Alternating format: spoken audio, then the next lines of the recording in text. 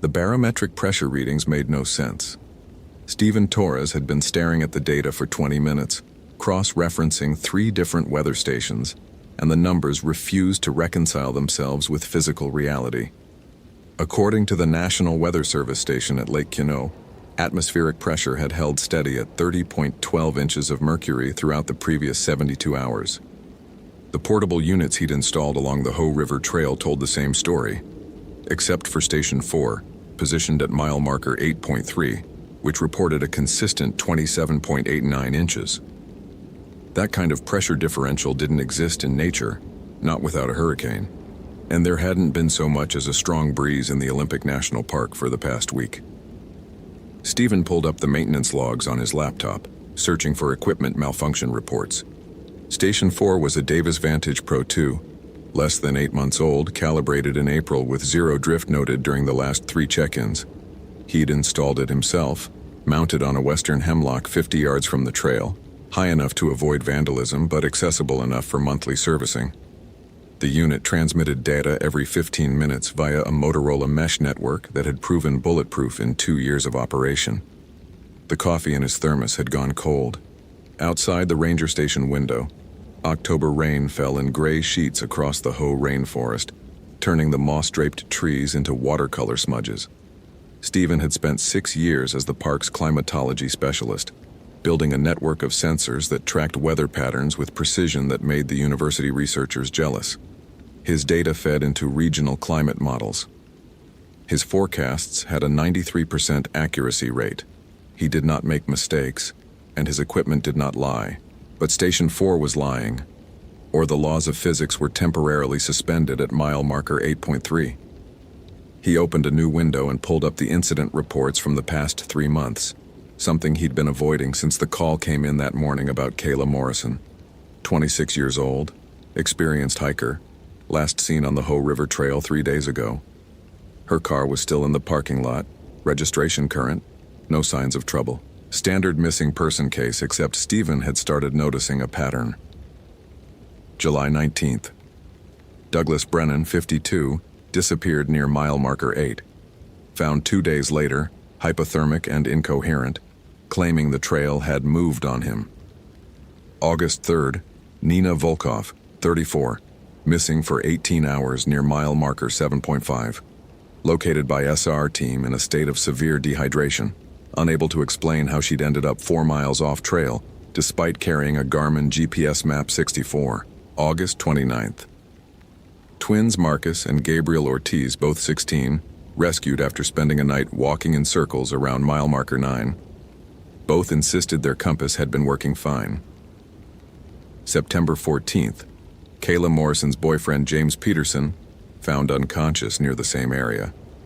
Released from the hospital with a diagnosis of exhaustion, but Stephen had read the EMT notes. Peterson's core temperature had been 94, 2 degrees Fahrenheit despite mild weather, and he'd had bark embedded under his fingernails as if he'd been clawing at trees. Now Kayla was gone, and Stephen's weather station was reporting impossible data from the exact center of what was starting to look less like a coincidence cluster and more like a kill zone. He pulled up the satellite imagery, overlaying the incident locations onto the topographic map. They formed a rough circle, approximately 1.3 miles in diameter, centered on a section of old-growth forest that hadn't been surveyed in detail since the 1970s. The trees there were ancient, Sitka spruce and western hemlock that had been seedlings when Columbus reached the Americas. The forest floor received less than 10% of available sunlight, creating a perpetual twilight beneath the canopy. Stephen zoomed in on the satellite feed, studying the texture of the forest. Something looked wrong about the tree distribution in that area. The spacing was too regular, almost geometric, forming patterns that his eye wanted to trace but couldn't quite follow. He adjusted the image contrast and felt something cold settle in his chest. The trees weren't randomly positioned. They formed what looked like a massive spiral, hundreds of trees arranged in a pattern that swept inward toward a central point directly beneath where Station 4 was mounted. He pulled back from the laptop, blinking hard. Pattern recognition was a survival mechanism, he reminded himself. The human brain was designed to find meaning in randomness, to see faces in clouds and conspiracies in coincidence. Old-growth forests often developed interesting distribution patterns based on soil nutrients, water availability, sunlight exposure. There was nothing supernatural about trees growing in a spiral. It was just biology, except his weather station was reporting impossible pressure readings, and 5 people had gotten catastrophically lost in the same small area in less than 3 months, and Stephen's hands were shaking as he reached for his radio. Torres to dispatch, over. Static, then. Go ahead, Torres. I'm heading out to check Station 4 on the Ho River Trail. Should be back by 1700 hours. Over. A pause. Copy that. Weather's supposed to get worse this afternoon. You sure you don't want to wait until tomorrow? Stephen looked at the data again, at the impossible numbers that had been streaming in for 3 days while Kayla Morrison was somewhere in that forest, probably injured, definitely afraid. The rational part of his brain, the part that had earned him a master's degree in atmospheric science from the University of Washington, was screaming at him to call SAR, to bring in a full team, to approach this systematically. But SAR had already swept the area twice. They'd found nothing, and Stephen's weather station kept transmitting data that couldn't exist, and something was wrong with the trees in that forest, and he needed to see it for himself before he went to the park superintendent with a theory that would make him sound insane. Negative, dispatch. Need to check the equipment before the university team arrives next week. Torres out.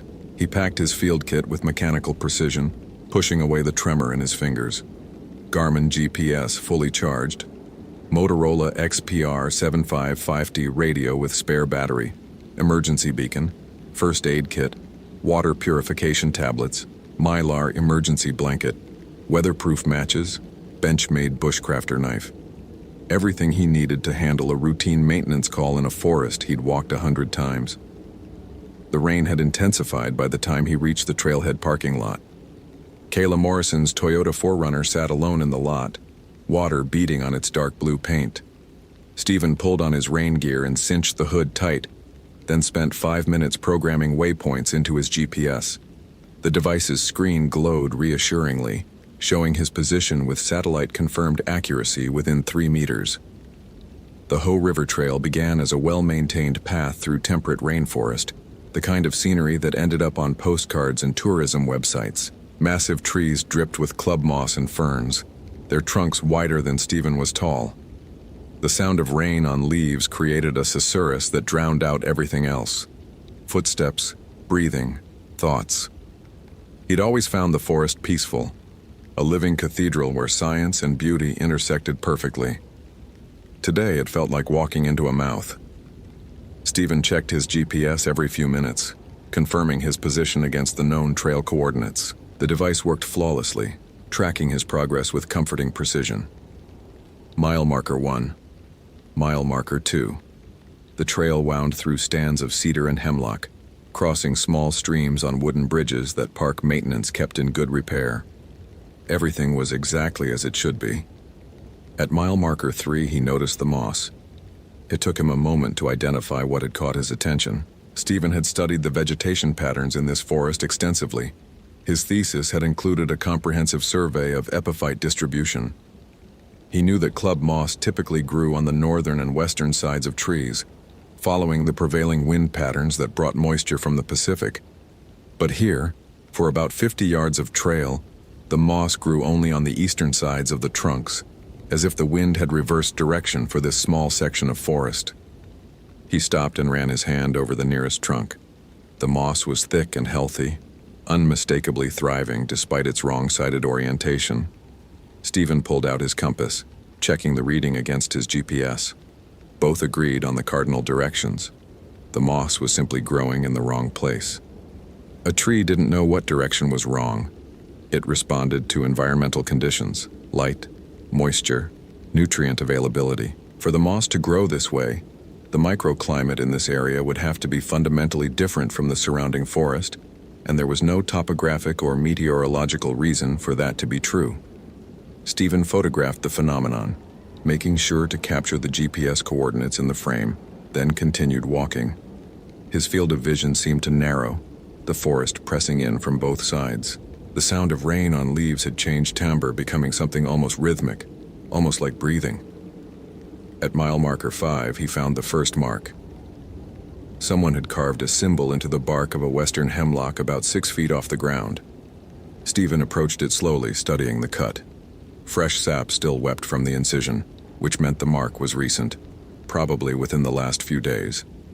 The symbol itself made his skin crawl in a way he couldn't immediately explain. It looked like a spiral with 3 arms, each arm terminating in a hook that curled back on itself. The lines were deep and confident, made with something sharp and heavy, probably a large knife or small hatchet. He'd seen similar marks before, in the anthropology section of the university library. While researching indigenous symbology for a paper on traditional weather prediction methods, this particular design wasn't Native American. It looked Eastern European, possibly Slavic, the kind of protective charm that farmers once carved into barn doors to ward off forest spirits. Stephen pulled out his radio. Torres to dispatch, over. Static. He adjusted the frequency and tried again. More static, with an underlying tone that sounded almost like wind through trees, except there was no wind. Dispatch, this is Torres. Radio check, over. Nothing. He checked the battery indicator. Full charge. Signal strength showed 5 bars. The radio was working perfectly, but nobody was answering.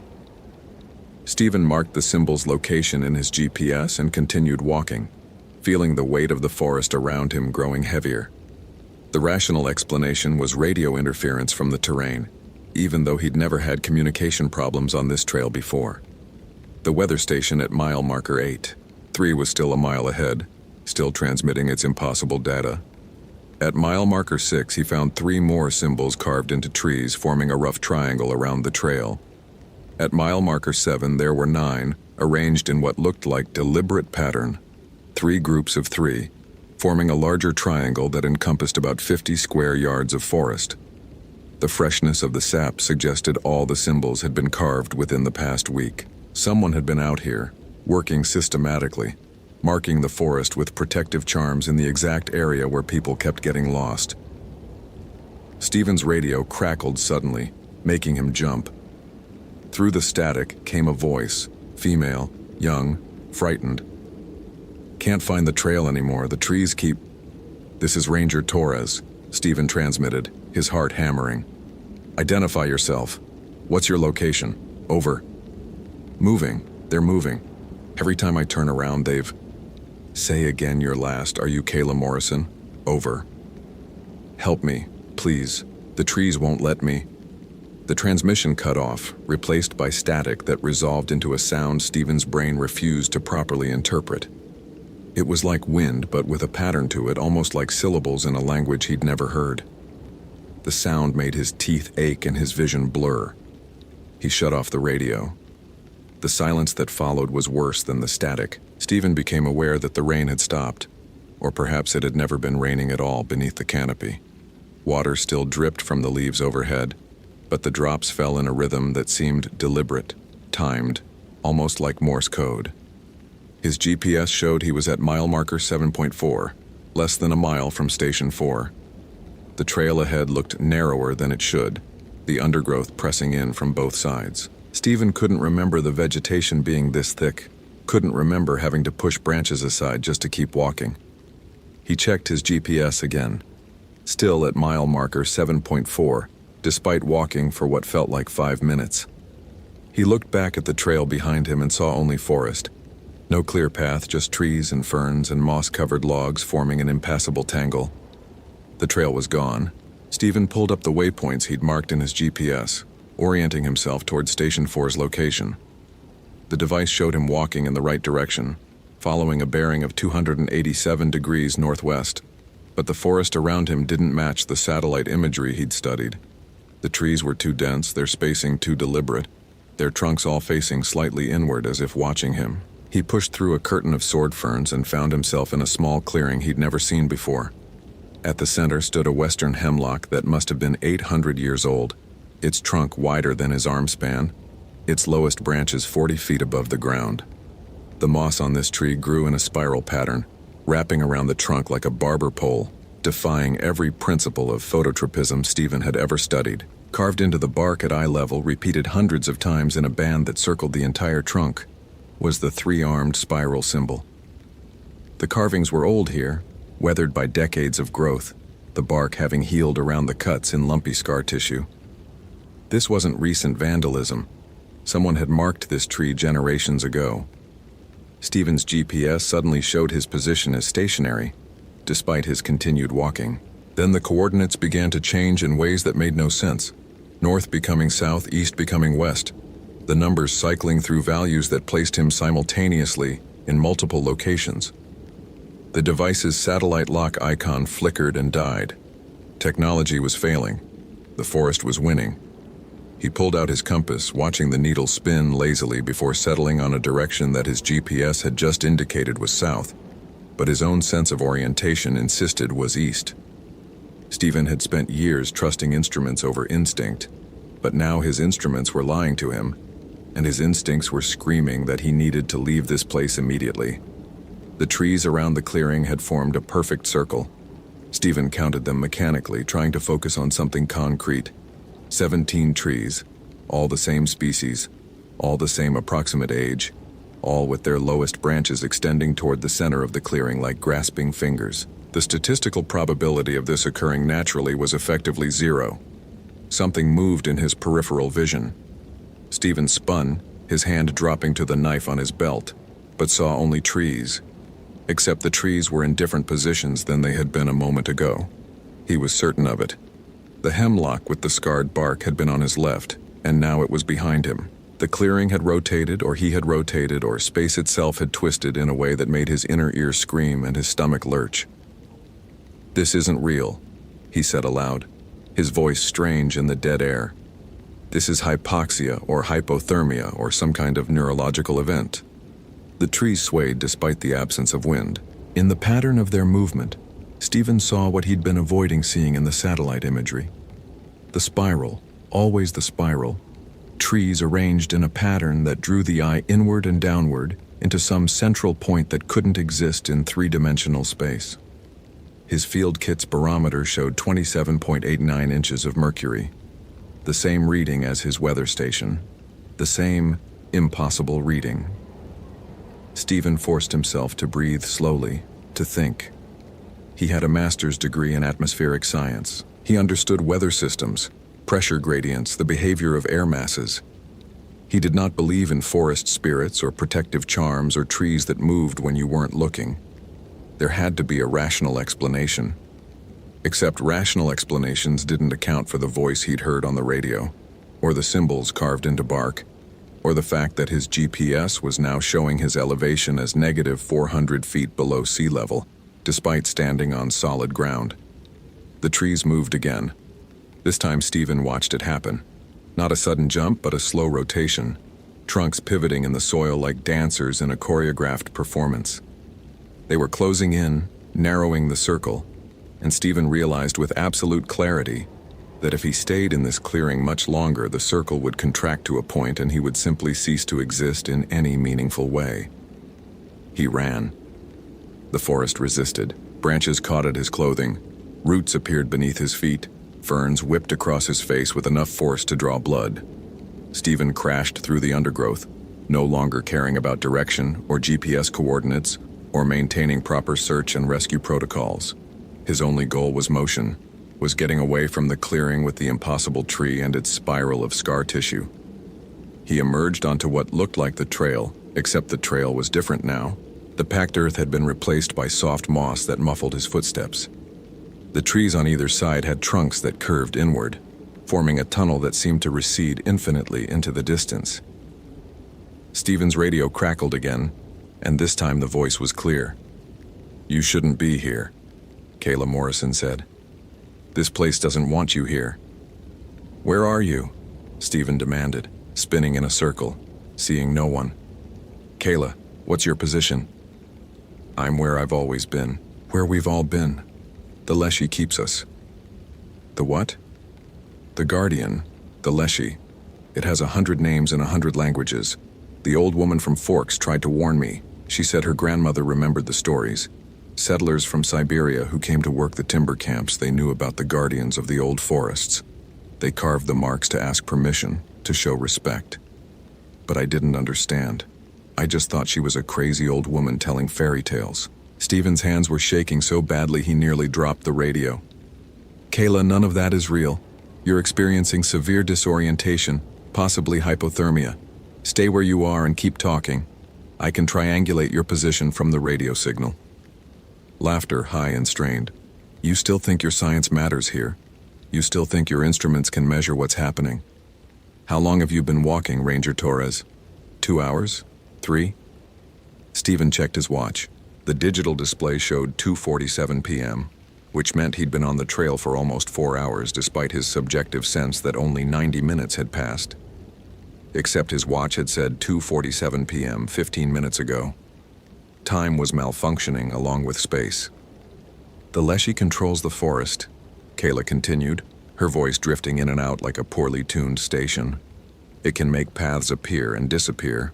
It can make you walk in circles forever, always seeing the same trees, always thinking you're making progress. It feeds on the confusion, the fear, the slow realization that you're never leaving. That's not... Stephen stopped himself. What could he say? That it wasn't real? He was standing in a forest where trees moved and compasses lied and time ran backward. Reality had become negotiable. There's a way out, Kayla said, her voice dropping to a whisper. But you have to give it something. Give what something? The forest wants to know you understand, that you respect its age, its power. You have to make an offering. Stephen laughed, a sound that came out more like a sob. I'm not performing some kind of primitive ritual. I'm a scientist. So was I, Kayla said. I had a PhD in ecology from Oregon State. I spent 3 years studying old-growth forest dynamics. I knew everything about these trees, their root systems, their nutrient cycling, their competition for light. I knew everything except what they really were. What are they? Silence on the radio, long enough that Stephen thought the connection had been lost. Then, they're the fingers of something much larger. Something that's been here since before there were humans to name it. The Leshy isn't a creature, Ranger Torres. It's the forest's consciousness, and we're insects walking through its thoughts. The radio went dead. Stephen tried every frequency, every channel, but received only static. His GPS had given up entirely, showing an error message about satellite acquisition failure. The compass needle spun slowly, completing a full rotation every 30 seconds. He was alone with no working navigation equipment in a forest that was actively hostile to his presence. And the only person who seemed to understand what was happening had just told him he needed to make an offering to an ancient Slavic forest spirit that couldn't possibly exist. Stephen closed his eyes and tried to remember his training. When all technology failed, you relied on natural navigation. The sun's position, the growth patterns of moss, the flow of water. He opened his eyes and looked up, searching for the sun through the canopy. The trees overhead had woven their branches together, forming a lattice so dense that no light penetrated. The forest floor existed in permanent twilight, a green gloom that made depth perception impossible. Stephen couldn't tell if the hemlock 20 feet ahead was actually 20 feet away or 200. Water. He could follow water downhill, which would eventually lead him to the Hoh River, which followed a known course back to the ranger station. Stephen listened for the sound of running water and heard it immediately, a stream burbling somewhere to his left. He pushed through the undergrowth toward the sound. The stream was flowing uphill. Stephen stood on its bank watching water defy gravity, flowing from low ground to high ground with perfect consistency. He knelt and put his hand in the flow, feeling the water move against his palm, cold and real and absolutely impossible. "You're starting to understand," said a voice behind him. Stephen whirled, his knife in his hand, before he'd consciously decided to draw it. The man standing 10 feet away looked to be in his 70s, wearing clothes that might have been contemporary 50 years ago. Wool trousers, a flannel shirt, suspenders. His face was weathered like tree bark, and his eyes were the color of moss. "Who are you?" Stephen demanded. "Does it matter?" The old man smiled, revealing teeth that seemed too numerous, packed too tightly in his mouth. "You came to check your weather station, the one that reports pressure readings that shouldn't exist. Did you ever wonder why the pressure is so low in this area?" "Equipment malfunction," Stephen said automatically, though he no longer believed it. "The Leshy breathes," the old man said. "In and out, in and out. A cycle measured in decades. Right now, it's inhaling, drawing everything inward. Your barometer measures that breath. That's not how atmospheric pressure works." "Are you certain?" The old man took a step closer. His feet made no sound on the forest floor, left no impressions in the moss. "You've built a career on certainty, on measurement, on the belief that nature follows laws you can quantify. But laws are human constructs, Ranger Torres. Nature predates law. It predates consciousness itself, at least consciousness as you understand it." Stephen backed away, keeping the knife between himself and the old man. "You're not real. You're a hallucination caused by hypoxia or hypothermia or some kind of environmental toxin. I'm as real as you allow me to be." The old man's smile widened. "The Leshy takes many forms. Sometimes it's a voice in the trees. Sometimes it's the trees themselves. Sometimes it's an old man who worked these forests when your grandfather was young. The form doesn't matter. The message does." "What message?"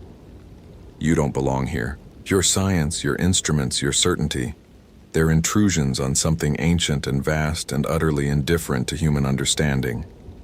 The forest tolerates your presence when you stay on the paths, when you take your samples and measurements and leave. But you've come too deep, stayed too long. You've tried to measure what cannot be measured." Stephen's back hit a tree.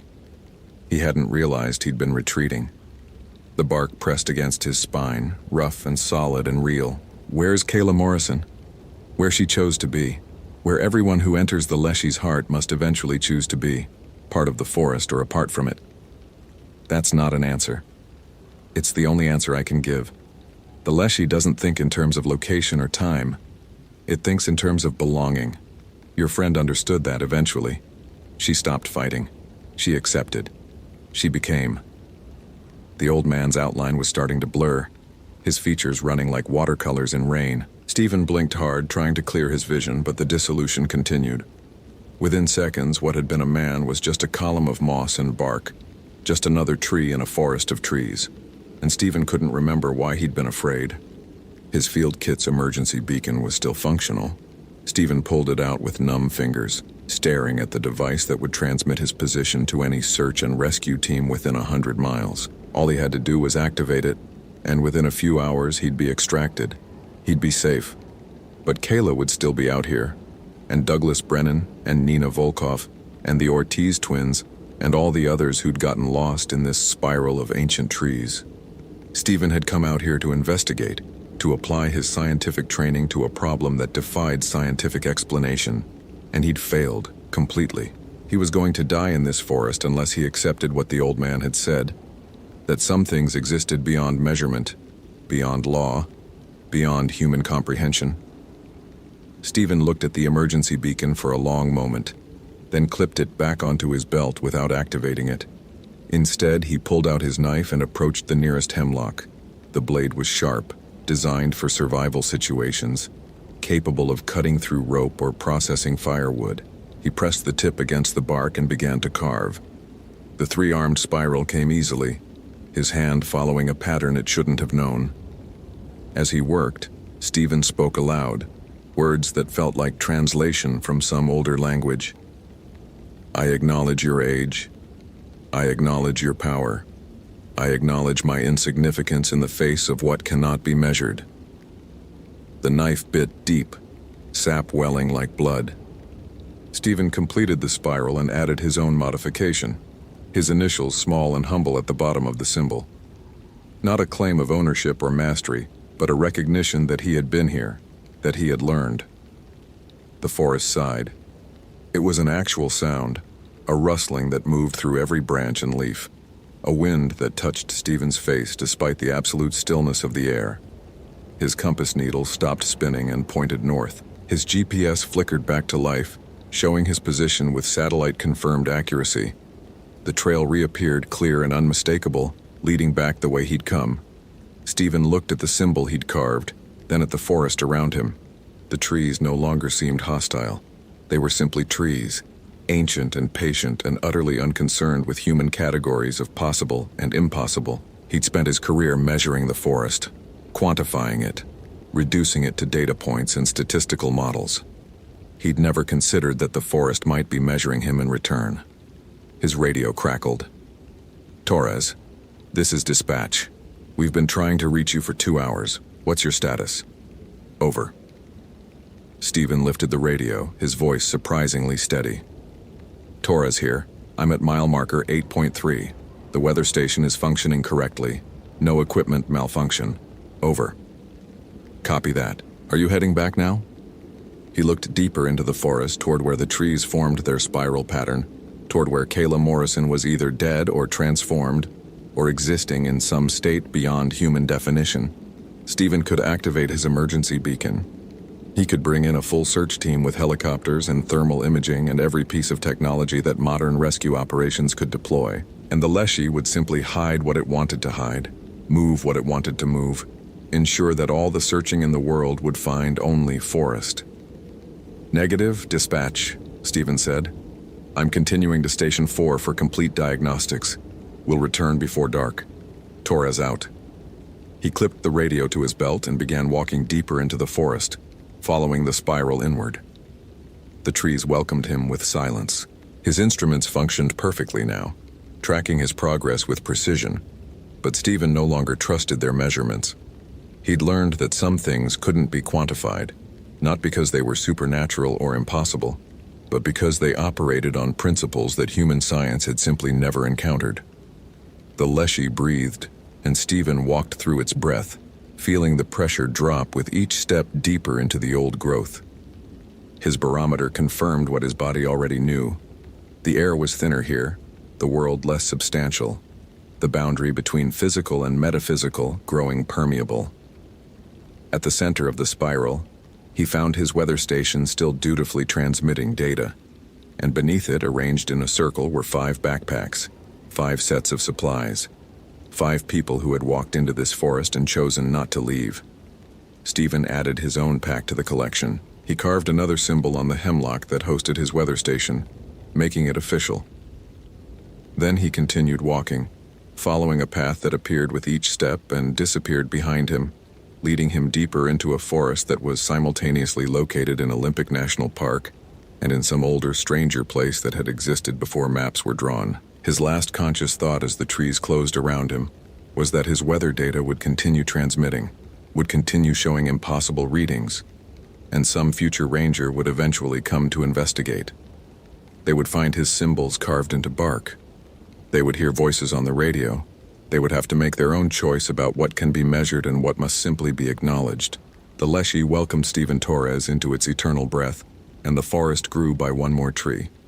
3 days later, a search and rescue team found Stephen's truck in the trailhead parking lot, his personal effects secured inside, his duty log noting his intention to service Weather Station 4.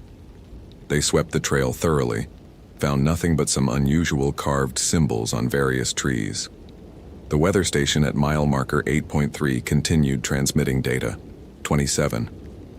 89 inches of mercury, consistent and impossible. A mystery that would eventually be filed away as equipment malfunction because the alternative was too disturbing to consider. Nobody mentioned that the satellite imagery now showed 18 trees in that perfect circle instead of 17. Nobody mentioned that the newest tree had bark patterns that, if you looked at them from the right angle, almost resembled a human face. The forest kept its secrets and the Leshy breathed in and the spiral grew tighter. Hope you felt genuine terror. If you appreciate authentic horror rooted in real folklore, consider following for more stories. Which moment scared you most? Share your theory about what happened to Stephen.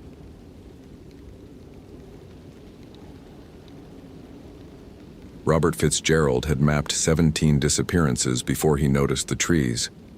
Not their locations, those were already plotted in his GIS software, red pins scattered across the Hoh rainforest like drops of blood on moss.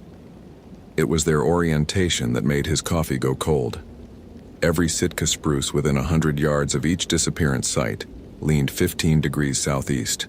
Every single one. In a forest where wind patterns, soil composition, and drainage should create random growth variations, 17 separate locations showed identical angular deviation. The statistical probability hovered somewhere near impossible. Robert had spent 8 years as a GIS analyst for the National Park Service, the last 3 stationed at Olympic. He'd built predictive models for landslides, tracked invasive species migration, and mapped every trail system in the park down to deer paths. He believed in data. Data didn't lie, didn't exaggerate, didn't succumb to the superstitious nonsense the old-timers loved to whisper about the deep forest. But data was telling him something profoundly wrong was happening in the Hoh. The latest disappearance, Connor Burke, 26, experienced backcountry camper, had been reported 3 days ago. His permit listed a solo trek along the Hoh River Trail, planning to camp near the Blue Glacier overlook. His GPS tracker showed him reaching the coordinates, then stopped transmitting at 11:47 p.m. on October 23, 2011. Not gradually losing signal, just stopped, like someone had flipped a switch. Robert pulled up the topographic overlay on his monitor. Connor's last known position sat dead center of what Robert had started calling the Southeast Zone, a roughly circular area, 8 miles in diameter, where the tree lean was most pronounced. Where all 17 disappearances had occurred over the past 9 years. His supervisor, Linda Morrison, had dismissed the pattern when Robert first presented it. Trees lean toward light, Fitz. That's biology, not mystery. But Robert had shown her the canopy density analysis, the light penetration models. The southeast lean couldn't be explained by phototropism.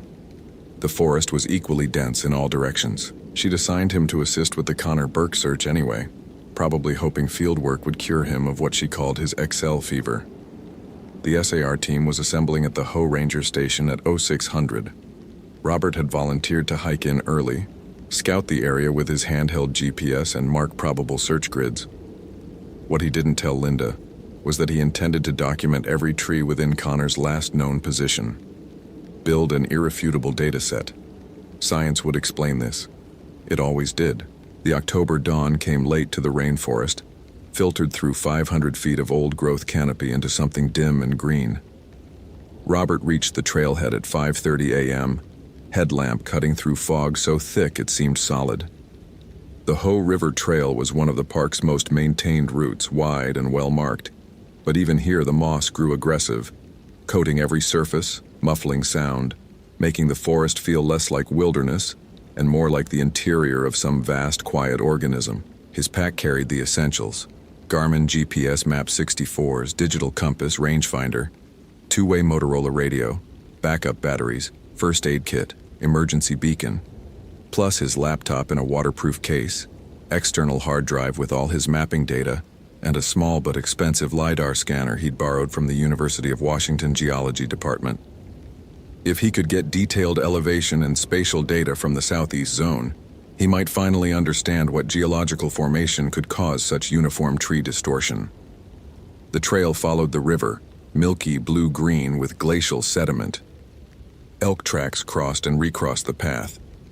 A Roosevelt elk, massive rack disappearing into the understory, watched him pass with eyes that seemed too aware, too focused. Robert had seen hundreds of elk in the park. This one made his fingers itch for the bear spray on his hip strap. At mile marker 4, he stopped.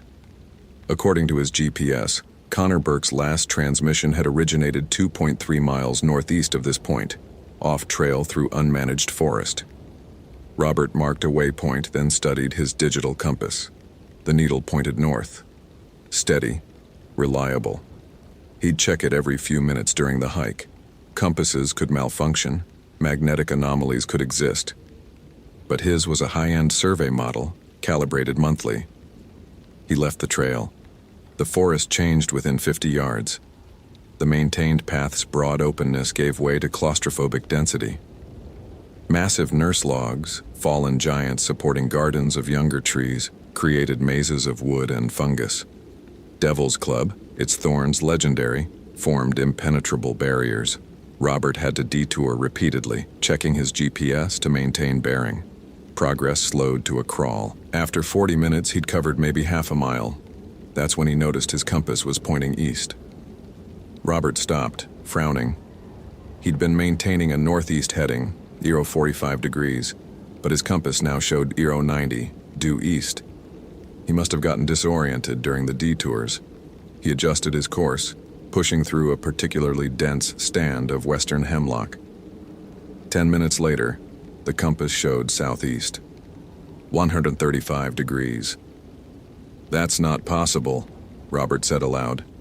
His voice sounded flat in the moss-dampened air. He pulled out the GPS. Its heading matched the compass, 135 degrees. But his waypoint marker for Connor's last position showed he'd barely moved closer. In fact, according to the track log, his path over the last 10 minutes formed a curve, arcing southeast. Robert stopped walking.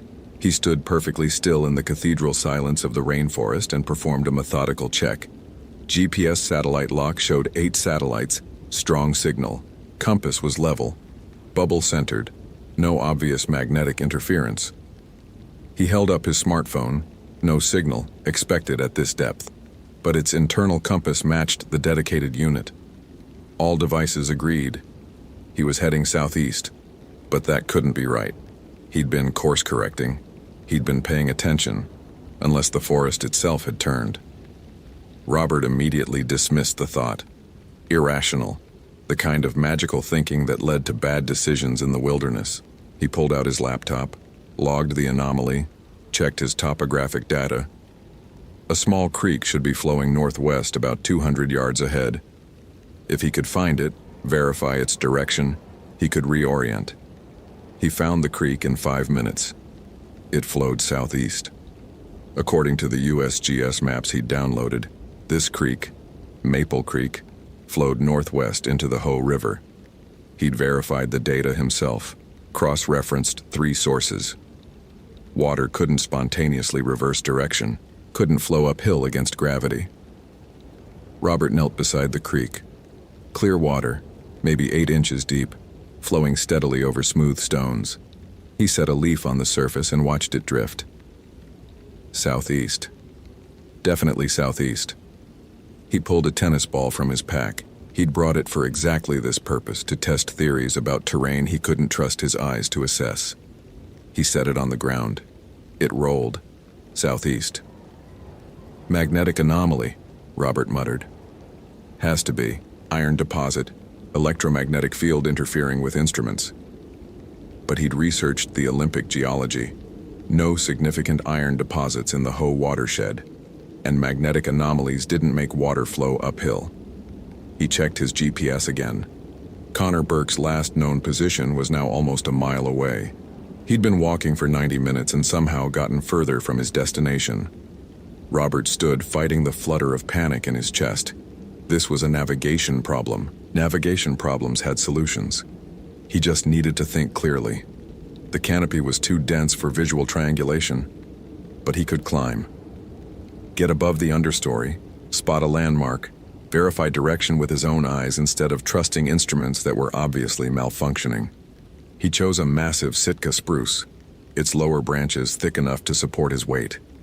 The climb took 20 minutes, bark rough under his hands, needles catching at his jacket. At 80 feet, he broke through the understory canopy into the secondary layer, still below the giant's crowns but high enough to see distance. The forest stretched in every direction, a rolling green sea. He could see the Hoh River Valley to the southwest, the higher peaks of the Blue Glacier region to the northeast, exactly where they should be. He pulled out binoculars, oriented himself. There, that ridge. He knew that ridge. It was south of Connor's position, which meant Connor's position was north, not northeast, not where his GPS said. Robert descended carefully, mind racing. Instrument malfunction was one thing. Complete failure across multiple independent systems was another. But the alternative, that space itself was somehow bent in this section of forest, was absurd. He reached the ground and checked his GPS one more time. The distance to Connor's waypoint had increased again. He'd now walked 3 miles and was 4/10 of a mile further away than when he started. "Okay," Robert said to the silent forest. "Okay. New approach." He would walk due north, verified by the ridge he'd spotted. Forget the instruments. Use dead reckoning and the landscape itself. He'd done land navigation training. He could maintain a bearing. He walked north. The forest resisted. Not obviously, not dramatically. Just constant, small interferences. A fallen log blocked his path, forcing a detour around. The detour led to a ravine too steep to cross, requiring another detour. That detour ended at an impassable wall of Devil's Club. Each obstacle pushed him slightly off course. Each correction seemed logical at the time. But after an hour, when Robert climbed another tree to check his position, he'd moved southeast. His radio crackled. "Fitzgerald, this is Base. Come in." Robert fumbled for the Motorola, grateful to hear another human voice. "Base, this is Fitzgerald. Go ahead." "What's your status? SAR team is assembling. We need your recon data." Robert looked at his GPS. He was now 1.2 miles from Connor Burke's last position, in the wrong direction. "Base, I'm experiencing navigation difficulties. Equipment may be compromised. Recommend delaying SAR deployment until I can verify grid coordinates." Silence. Then, "Define navigation difficulties. How did you explain this without sounding insane?" "Multiple independent systems showing inconsistent data. I'm unable to reach the designated coordinates." "Are you injured?" "Negative, just disoriented." Another pause. "Fitzgerald, abort and return to trailhead. SAR team will deploy without your recon. Follow your GPS track backwards." Robert pulled up his track log. The path he'd walked formed a spiral, curving inward, tightening, like water circling a drain. The visual made something cold settle in his stomach. "Copy that, Base. Returning now." He followed the track backwards. The GPS showed him walking in reverse along the exact path he'd taken, but the forest around him looked wrong. Trees he should have passed stood in different positions. The nurse logs he'd climbed over weren't there. After 30 minutes, his track log showed he'd returned to the point where he'd left the Hoh River Trail. But the trail wasn't there. Robert turned in a slow circle. Dense forest in every direction. No maintenance clearing. No trail signs. No worn path through the moss. He pulled up his waypoint for the trailhead. According to the GPS, he was standing on top of it. "Base, this is Fitzgerald. Static." "Base, do you copy?" More static, then pieces of a voice. "Fitzgerald, location." "Base, signal is breaking up. I am at the trailhead coordinates but cannot locate the trail. Request guidance." These. The word came through clearly, then dissolved into white noise. Southeast. Everything led southeast. Robert checked his compass. The needle spun lazily, making full rotations, never settling. He tapped it. The needle stopped, pointing directly at him, at his chest. He stepped sideways. The needle followed, staying locked on his position. "That's not how compasses work," Robert said to no one. He pulled out his smartphone. No signal, but the compass app was active. He opened it. The digital needle pointed at him too. Both compasses, mechanical and digital, ignoring magnetic north, tracking him instead. Something rustled in the understory. Large, moving with purpose. Robert's hand went to the bear spray, thumb on the safety. Black bears were common in the Hoh, but they avoided humans. This sounded bigger than a black bear, heavier. The rustling stopped. In the silence, Robert heard breathing. Not animal panting, human-like but wrong. Too slow. Each inhale lasting 10 seconds, each exhale 15. The rhythm was hypnotic, alien. "Hello?" Robert called. "Connor? Connor Burke?" The breathing stopped. Then, from multiple directions simultaneously, a voice. Southeast. Not Connor's voice. Robert had heard Connor's voice on the interview recordings from his emergency contact. This voice sounded like wind through tree branches, like creaking wood, like rustling leaves. But it formed the word clearly. Southeast. Robert's analytical mind tried to catalog it. Acoustic phenomenon, echo effect, auditory hallucination from stress. But 17 people had disappeared in this forest. 17 people whose last known positions clustered around trees that leaned southeast. He ran. No direction, no strategy, just primitive panic overriding 8 years of wilderness training. Branches whipped his face. Roots caught his feet. The massive pack threw off his balance. He crashed through Devil's Club, thorns shredding his jacket sleeves. The forest seemed to press closer, trees leaning inward, moss hanging lower, the canopy darkening from green to nearly black. Behind him, around him, the breathing continued, patient, unhurried. Robert burst into a small clearing and stopped, gasping. In the center stood a single tree unlike any he'd seen in the Pacific Northwest. Massive, ancient, its bark more like skin than wood, covered in moss that moved, actually moved, rippling in waves despite no wind. The tree leaned southeast at precisely 15 degrees. Around its base, 17 packs, 17 sets of camping gear, arranged in a perfect circle. Robert recognized Connor Burke's pack immediately, bright orange with the punk band patches Connor's girlfriend had mentioned in her statement. But the other packs showed varying degrees of decay, some recent, nylon still vibrant, others older, fabric rotting, metal components rusted. The oldest looked decades old, canvas turned to tatters, all 17, every missing person. "No," Robert whispered. "No, this is southeast," the voice said, and this time Robert saw the source. The tree moved, not swaying, moving. The massive trunk split vertically, bark peeling back like lips, revealing a cavity that could not exist in living wood. Inside, darkness so complete it seemed solid. And eyes. Dozens of eyes. Owl eyes, unblinking, reflective, arranged in no pattern Robert's mind could process. A figure emerged from the tree, not born from it, not separate from it, but continuous with it. Humanoid in shape, but covered entirely in moss, fungus, lichen. Where skin should be, Robert saw bark texture. Where hair should be, trailing strands of Spanish moss that didn't grow in the Pacific Northwest. The figure stood at least 8 feet tall, proportions wrong, limbs too long, joints bending in too many places. The owl eyes blinked in sequence, creating a wave of darkness across the thing's face. "You measure," it said in its wind voice. "You count. You map what is mine." Robert's legs stopped working. He collapsed to his knees, laptop tumbling from nerveless fingers. Every rational framework his mind had built, physics, geology, biology, shattered against what stood before him. This couldn't exist, couldn't be real. But his eyes insisted, his data insisted. The entity moved closer, each step silent despite its massive size. Moss trailed from its arms. Small mushrooms grew from its shoulders. A beetle crawled across where its face should be. "I am old," it said. "Before your trails. Before your names for my forest. I am Leshy. I am guardian. I am the forest itself." "That's..." Robert's voice cracked. "That's Slavic folklore.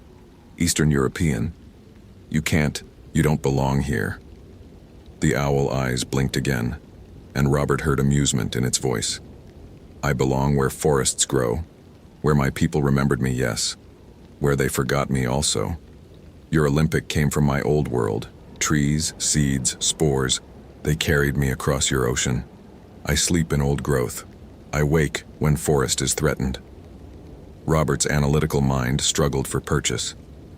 "The loggers, in the 1940s. You woke up when they started clear-cutting the Ho watershed." "You understand nothing," Leshy said. "I woke when they stopped. When your government made protection laws. When your kind decided this forest was yours to save." The entity leaned down, bringing those impossible eyes level with Robert's. "The forest does not need your protection. The forest protects itself. Through me." Connor Burke wasn't a logger. None of those people were. "They walked southeast," Leshy interrupted. into my heart, to the places I do not permit. Again and again, your kind ignores the signs. The trees lean away, the water flows wrong, the compasses spin. Everything says, do not come here. But you come. You measure. You name. You make your maps and claim to understand. Robert's laptop screen still glowed on the ground, showing the southeast zone plotted in precise detail. His life's work reduced to meaningless data points. The 17 people, Robert managed. Where are they? Leshy straightened, and the owl eyes looked past Robert into distances he couldn't perceive. Where all things go who enter the deep forest without respect. They became lost, truly lost, not in space, in themselves. The forest showed them what they were, creatures of concrete and metal, not moss and root. They could not accept it, could not adapt, so they stayed lost, forever searching for trails that exist only in their minds. That's murder. No, Leshy said simply. That is justice. This forest is not yours. These trees are not data. This land breathes, thinks, remembers, and I am its memory. The entity moved past Robert, approaching the circle of packs. It touched each one gently, almost reverently. 17 times I warned. 17 times I was ignored. Now you come with your machines that see everything and understand nothing. Robert's hand crept toward his radio. If he could transmit, if base could hear him, they'd send the SAR team. Helicopters. Armed rangers. You couldn't let this thing keep killing people, even if it claimed to be. A spirit, Leshy said, not turning. A guardian. An ancient consciousness woven into root and branch.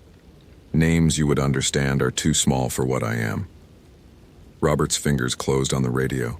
Slowly, quietly, he brought it to his mouth. The forest exploded with sound. Not animal calls, not wind, something older. The creak of growing wood amplified 1,000 times, the rustle of 1,000,000 leaves, the deep groan of continental plates shifting. Robert's ears popped. His vision swam.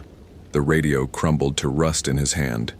Just disintegrated, plastic and metal corroding in seconds, leaving red-brown dust coating his palm. You will not bring more, Leshy said. You will not map this place for others to find. You will not reduce mystery to coordinates. The entity turned, and Robert saw something in those owl eyes that might have been sadness. I do not want to make you lost. You see patterns. You seek truth. In another age, you might have been druid, shaman, one who speaks with forest.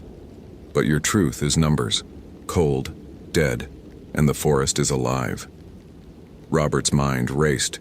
Negotiation, bargaining. There had to be a logical solution. What do you want? I'll delete the data. I'll tell them I found nothing. You will return, Leshy interrupted. With your eyes changed, you will tell them the forest is dangerous, that there are places humans should not go. Not because I forbid it, because the forest itself rejects your presence. The entity's moss-covered hand gestured to the circle of packs. You will tell them these 17 chose to disappear, walked away from their lives. Happens often in your world, yes? No mystery, no monster, just wilderness being wilderness. They'll never believe that. Not with no bodies, no evidence. They will believe, Leshy said, because the alternative is madness. Easier to think 17 people chose to vanish than to accept that something ancient claims this ground. The owl eyes blinked in their unsettling wave. You have 1 hour of daylight to walk. Every direction but southeast will take you to your trail. Your instruments will work. Your compass will point north. The forest will release you. And if I tell them the truth? Robert asked, though he already knew. Then you join the circle, Leshy said simply.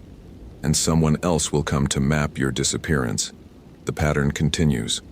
Or, the entity moved closer again. The pattern ends. You choose. Robert's laptop still glowed. Years of data, correlations, maps, evidence. Everything he'd need to prove something was wrong in the southeast zone. But proof of what? That Slavic forest spirits had migrated to the Pacific Northwest? That ancient consciousness inhabited old-growth trees? That some things couldn't be measured or mapped? His hands shook as he reached for the laptop. Leshy watched, silent. Robert opened the file manager, selected the Southeast Zone folder. 17 disappearances. 9 years of analysis. His cursor hovered over delete. Data doesn't lie, Robert whispered. No, Leshy agreed.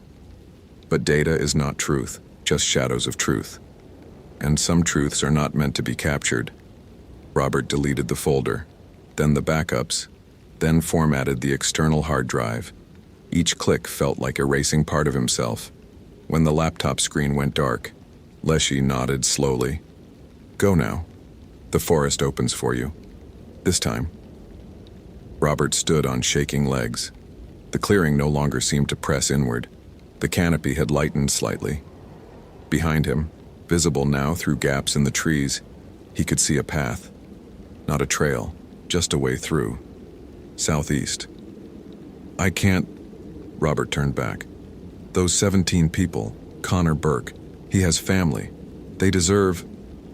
The forest keeps what enters without respect, Leshy said. This is not cruelty. This is boundary. This is the old law your kind forgot when you built your cities and mapped your wilderness. The entity's voice softened slightly. Tell the families their loved ones found peace. It is not truth, but it is truer than what they imagine. Robert started walking. His GPS powered on, showing the trail just 200 yards northwest. His compass needle pointed steady north. Everything worked perfectly, responding exactly as it should. As if the last 6 hours had been fever dream. Except his radio was rust on the ground behind him. Except his data was gone. Except he knew with the certainty of someone who'd looked into owl eyes older than human language, that the forest was not just alive, but aware. He reached the Hoh River Trail as dusk settled, the familiar maintenance clearing, the trail markers, the distant sound of the river. Everything normal, everything safe. Base would be furious about his extended absence, worried about equipment failure, demanding explanations. Robert would tell them he got disoriented. Equipment malfunction. No sign of Connor Burke in the search area. Terrain too difficult for SAR operations. Weather moving in. Standard wilderness rescue situation with a negative outcome. They'd scale back the search, eventually classify Connor as missing, presumed deceased. Add him to the statistics. National parks were dangerous. People disappeared. Happened every year. No mystery, no monster. Just wilderness being wilderness. Robert walked back to the ranger station as stars appeared between the trees. His hands had stopped shaking. His mind had started processing, categorizing, filing the experience into boxes labeled, "Do not open." But one thought followed him through the darkening forest. The trees still leaned southeast. In a circle 8 miles in diameter, every Sitka spruce pointed away from something at the center. Something old. Something that remembered when forests covered the world and humans were rare creatures at the edges. Too small to map or measure or matter. The data had been right. Just incomplete. Because some patterns couldn't be captured by GPS and GIS. Some patterns existed in dimensions instruments couldn't detect. Robert had found the truth, and the truth had made him lie. He reached the ranger station at 9:47 p.m. Linda Morrison was waiting, relief and anger mixing on her face. "Fitzgerald, what the hell happened? We had SAR ready to go looking for you." "Equipment failure," Robert said. His voice sounded distant to his own ears. "Navigation instruments malfunctioned. I got disoriented in the southeast zone. Couldn't locate Connor Burke's last known position. Terrain is too dangerous for SAR deployment." Linda studied him. "You look like hell. You see something out there?" Robert thought of owl eyes blinking in sequence, of moss-covered limbs that moved with impossible grace, of 17 packs arranged in a perfect circle around a tree that was more than a tree. "Just forest," he said. "Just the Hoh being the Hoh." Linda seemed to accept this. Get some sleep. We'll debrief in the morning. Scale back Connor Burke's search to trail-accessible areas only. Robert nodded and walked to his quarters. He didn't sleep. He sat at his desk, personal laptop open, and began deleting more files. His research into tree orientation patterns, his notes on disappearance clusters, his theories about the southeast zone, everything that might lead someone else to ask the questions he'd asked. Some patterns he now understood were warnings. The forest leaning away, water flowing wrong, compasses refusing to point true, not anomalies to be explained, but boundaries to be respected. By dawn, Robert Fitzgerald's career as a GIS analyst was effectively over. He couldn't map what he refused to acknowledge, couldn't analyze data he wouldn't collect. He submitted his resignation 2 weeks later, citing personal reasons. Linda Morrison tried to convince him to stay, but Robert was firm. He took a job with the Washington State Department of Transportation, mapping highways, urban planning, infrastructure projects, places where humans belonged and instruments told simple truths. He never returned to Olympic National Park, never hiked the Hoh River Trail again, never spoke about the 6 hours he'd spent in the southeast zone. But sometimes late at night he'd pull up satellite imagery of the forest, zoom in on the region where Connor Burke had disappeared. The trees still showed in high resolution, their canopy patterns visible from space. And if you looked closely, really closely, you could see them leaning. Thousands of trees, all pointing away from a center that couldn't be mapped, couldn't be measured, couldn't be reduced to data points and GPS coordinates. The forest kept its secrets, and Robert kept his. Because some truths he'd learned were too large to fit in human comprehension. Some places remained wild not because humans allowed it, but because wildness itself refused to be tamed. And sometimes the only way to honor mystery was to leave it unmapped, unmeasured, unknown. The southeast zone still existed. Connor Burke was still missing. 16 others before him remained lost. And the Leshy, if that's what it was, if names even applied, still guarded the deep forest where old growth remembered a time before humanity's cartographic arrogance. Robert Fitzgerald had found the pattern. He just couldn't tell anyone what it meant. The forest itself was the pattern, and the pattern was alive. Hope you felt genuine terror. If you appreciate authentic horror rooted in real folklore, consider following for more stories. Which moment scared you most? Share your theory about what happened.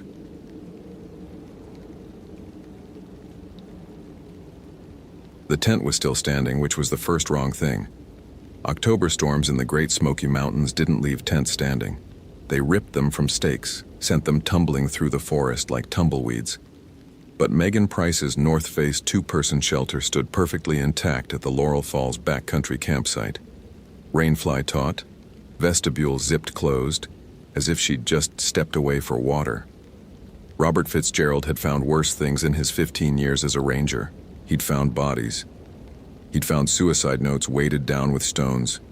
He'd found evidence of crimes that made the forest feel contaminated. But something about this abandoned camp made his hands shake as he approached, made the scar tissue on his left shoulder ache where Daniel's teeth had. He stopped that thought. 3 years since the incident at Cades Cove.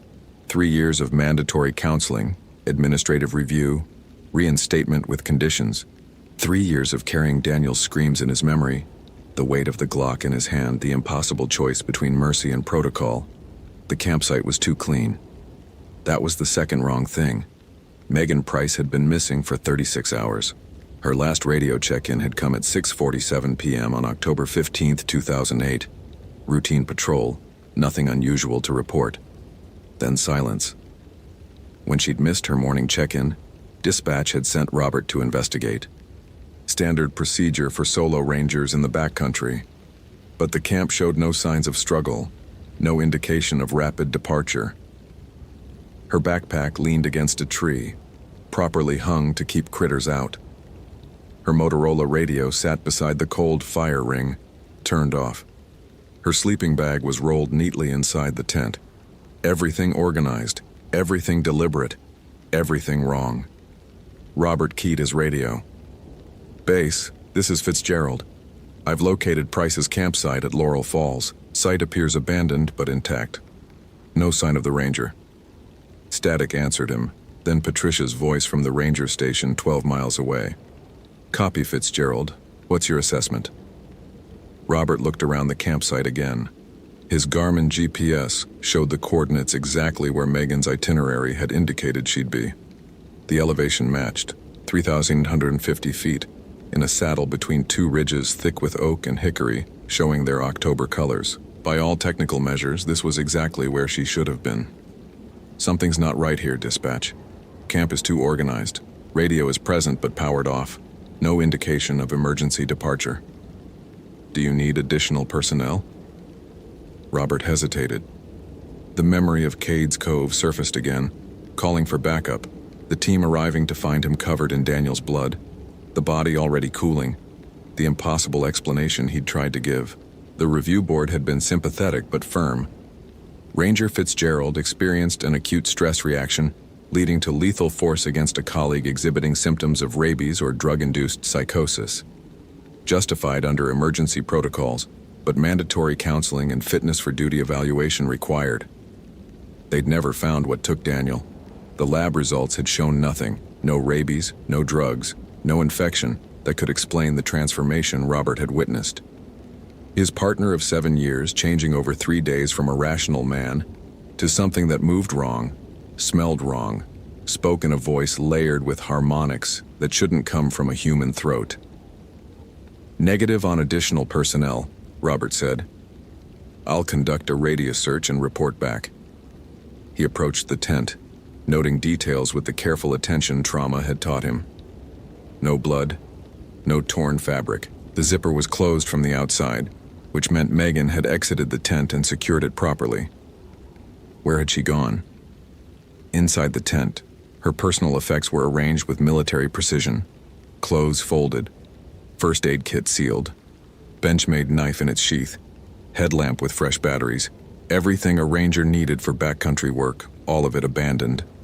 Robert found her journal in the side pocket of her pack. The last entry was dated October 15th, written in Megan's neat handwriting. 6:30 p.m. Camp established at Laurel Falls site.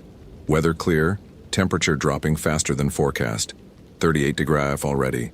Strange sounds from the northeast. Not wildlife I recognize. Sounds almost like someone calling, but the tone is wrong. Makes me think of wind chimes made of bones. We'll investigate at first light if it continues. Robert felt ice crystallize in his stomach. He knew those sounds. He'd heard them 3 years ago, the night before Daniel started changing. He pulled out his own field journal, flipping back to October 2005.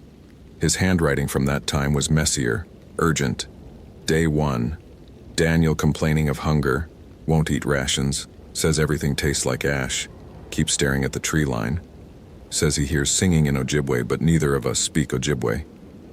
Robert closed both journals, his hands trembling. The October air felt colder than 38 degrees. It felt like the temperature was dropping inward, cold radiating from some point in the forest, spreading outward like infection. He began a systematic search of the perimeter, moving in expanding circles from the campsite. Standard search protocol. But his hand kept drifting to the Glock 22 on his hip, 40 caliber rounds that hadn't stopped Daniel until the fourth shot. Center mass, the way training dictated but friendship screamed against. 50 yards northeast of camp he found the first tracks. Bare footprints in the soft earth, human-sized but wrong. The toes were too long, the stride too wide. They pressed deep into the ground despite the dryness of the soil, as if whatever made them weighed far more than human proportions suggested. Robert photographed them with his digital camera, a Nikon Coolpix that the NPS had issued 6 months ago. The photos would look like evidence in a report, but Robert knew what he was really doing, creating a record in case he didn't come back, documentation for whoever found his body. The tracks led deeper into the forest, away from established trails. Robert marked his route with survey tape, tying orange ribbons to trees every 50 feet. The canopy thickened overhead, old-growth forest that had somehow survived the logging of the early 20th century. These trees had stood when the Cherokee walked these mountains, before the Trail of Tears, before the national park, before the idea that humans could own forest. The sound started a quarter-mile from camp, not wind chimes made of bones. That had been Megan's poetic description. Robert heard them more literally, clicking and scraping, rhythmic but not musical, like fingernails drumming on wood in a pattern that suggested language but conveyed no meaning human ears could parse. His radio crackled. Patricia's voice came through, distorted. "Fitzgerald, we're receiving interference on your channel. Are you experiencing equipment malfunction?" Robert checked the radio. Full battery, strong signal indicator. "Negative, dispatch. Radio showing normal function on my end. Your transmission is breaking up. We're getting sounds that aren't voice." The clicking intensified. Robert realized with creeping horror that it was synchronized with his radio transmissions, as if something was intercepting the signal and adding its own sounds to the channel. "Base, I'm going radio silent until I complete the search. We'll report back in 1 hour." "Fitzgerald, that's not protocol. We need..." He turned off the radio. Protocol had failed Daniel. Protocol said rabies, said psychosis, said anything except what Robert had witnessed. His partner transforming into something that should not exist, something that the Ojibwe peoples had warned about for centuries before white settlers dismissed their stories as superstition. Wendigo. Daniel had whispered the word on the second day before speech became impossible, before his jaw distended and his teeth grew, and the hunger took everything human. Robert had researched it afterward during the suspension, during the counseling sessions where he'd learned to lie convincingly about what he'd seen. Wendigo, Algonquian traditions from the Great Lakes region, stories of humans who violated the ultimate taboo, who consumed human flesh and became something other, spirits of insatiable hunger that could possess humans, transforming them into monsters that could never be satisfied, never be stopped, never be saved. The stories said Wendigo brought cold, unnatural cold that persisted even in summer, ice forming on trees while the sun shone. They said Wendigo could mimic voices, luring victims with the sound of loved ones calling. They said Wendigo were never satisfied. The more they ate, the hungrier they became, a curse of eternal starvation written into transformed flesh. Robert had dismissed it as folklore, the anthropological curiosity of a displaced eastern woodlands tradition showing up in Cherokee territory. But the similarities to Daniel's transformation had been too precise, too specific. The sudden onset of hunger, the temperature drop, the voice changes, the physical alterations that medical science couldn't explain. The tracks led to a ravine, steep-sided and narrow, the kind of geological feature the Smokies specialized in. Ancient creek beds carved through metamorphic rock over millennia. October leaves had collected at the bottom, a carpet of red and gold that should have been beautiful but instead looked like scattered evidence. Robert descended carefully, using exposed roots as handholds. At the bottom, the cold intensified. He could see his breath now. White clouds in air that was well below freezing despite the calendar saying mid-October, despite the forecast calling for mild temperatures. He found the first body 20 feet into the ravine. Not Megan. The remains were too old, reduced mostly to bones and tatters of clothing, but the positioning made Robert's throat close. The skeleton lay curled in on itself, arms wrapped around the chest, legs drawn up, as if the person had died trying to contain something inside them, trying to hold themselves together against internal pressure. The bones showed teeth marks. Human teeth, Robert thought, though the gouges were too deep, the bite radius too wide. Something with human teeth but inhuman strength had gnawed at the corpse, consumed flesh and cracked bones to access marrow. His camera documented everything with clinical precision while his mind screamed warnings. He should leave. Call for backup despite what happened last time. Let someone else handle this, someone without his history, someone who could look at evidence without recognizing patterns that shouldn't exist.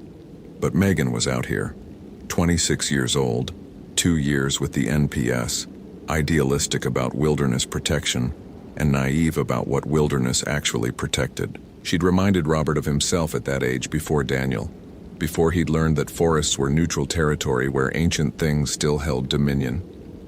The second body was fresher. Days old, not years.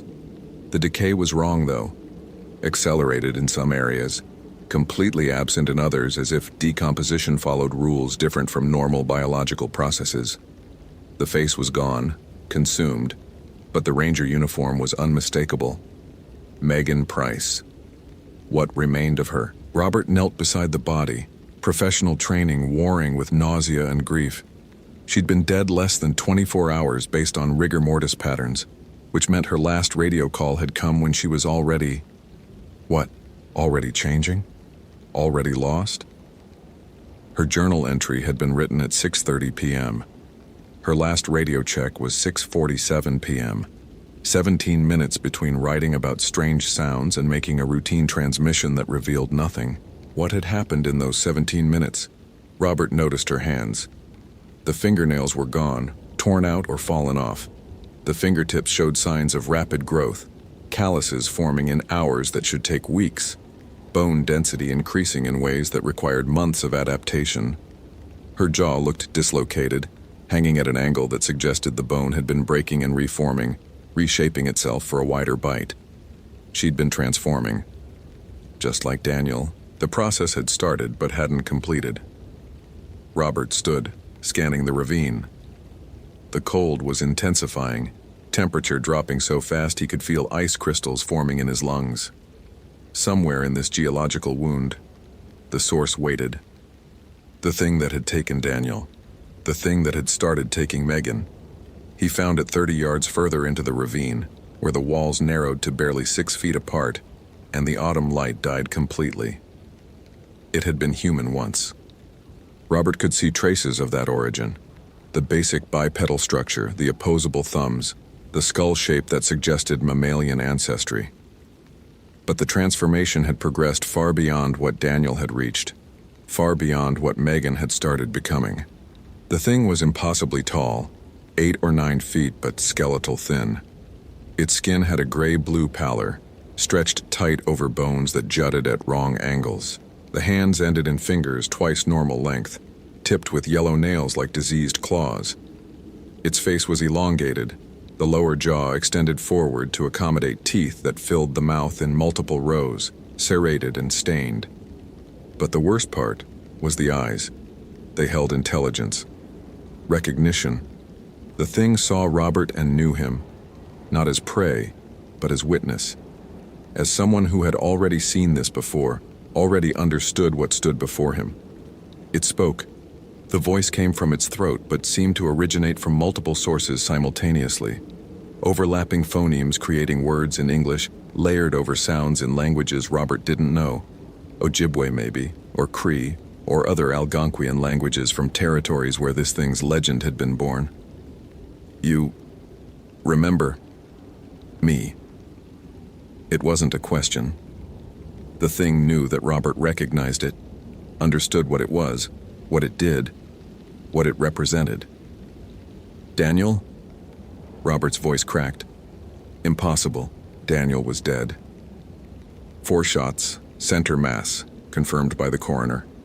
Buried in a cemetery in Knoxville with his family present, closed casket because of what Robert had done to stop him. Daniel was food. The thing's jaw moved wrongly as it spoke, the lower mandible dropping too far, revealing the meat-stained teeth. Daniel. Fed. The hunger. But the hunger never ends. Robert's hand moved to his Glock without conscious thought. The weapon cleared the holster, rose to eye level, sight picture perfect despite his shaking hands. 40 caliber rounds that had stopped Daniel. 40 caliber rounds that probably wouldn't stop this. The Wendigo didn't react to the gun. It watched Robert with eyes that showed something like pity, like recognition of futility. You cannot kill hunger, it said in that layered voice.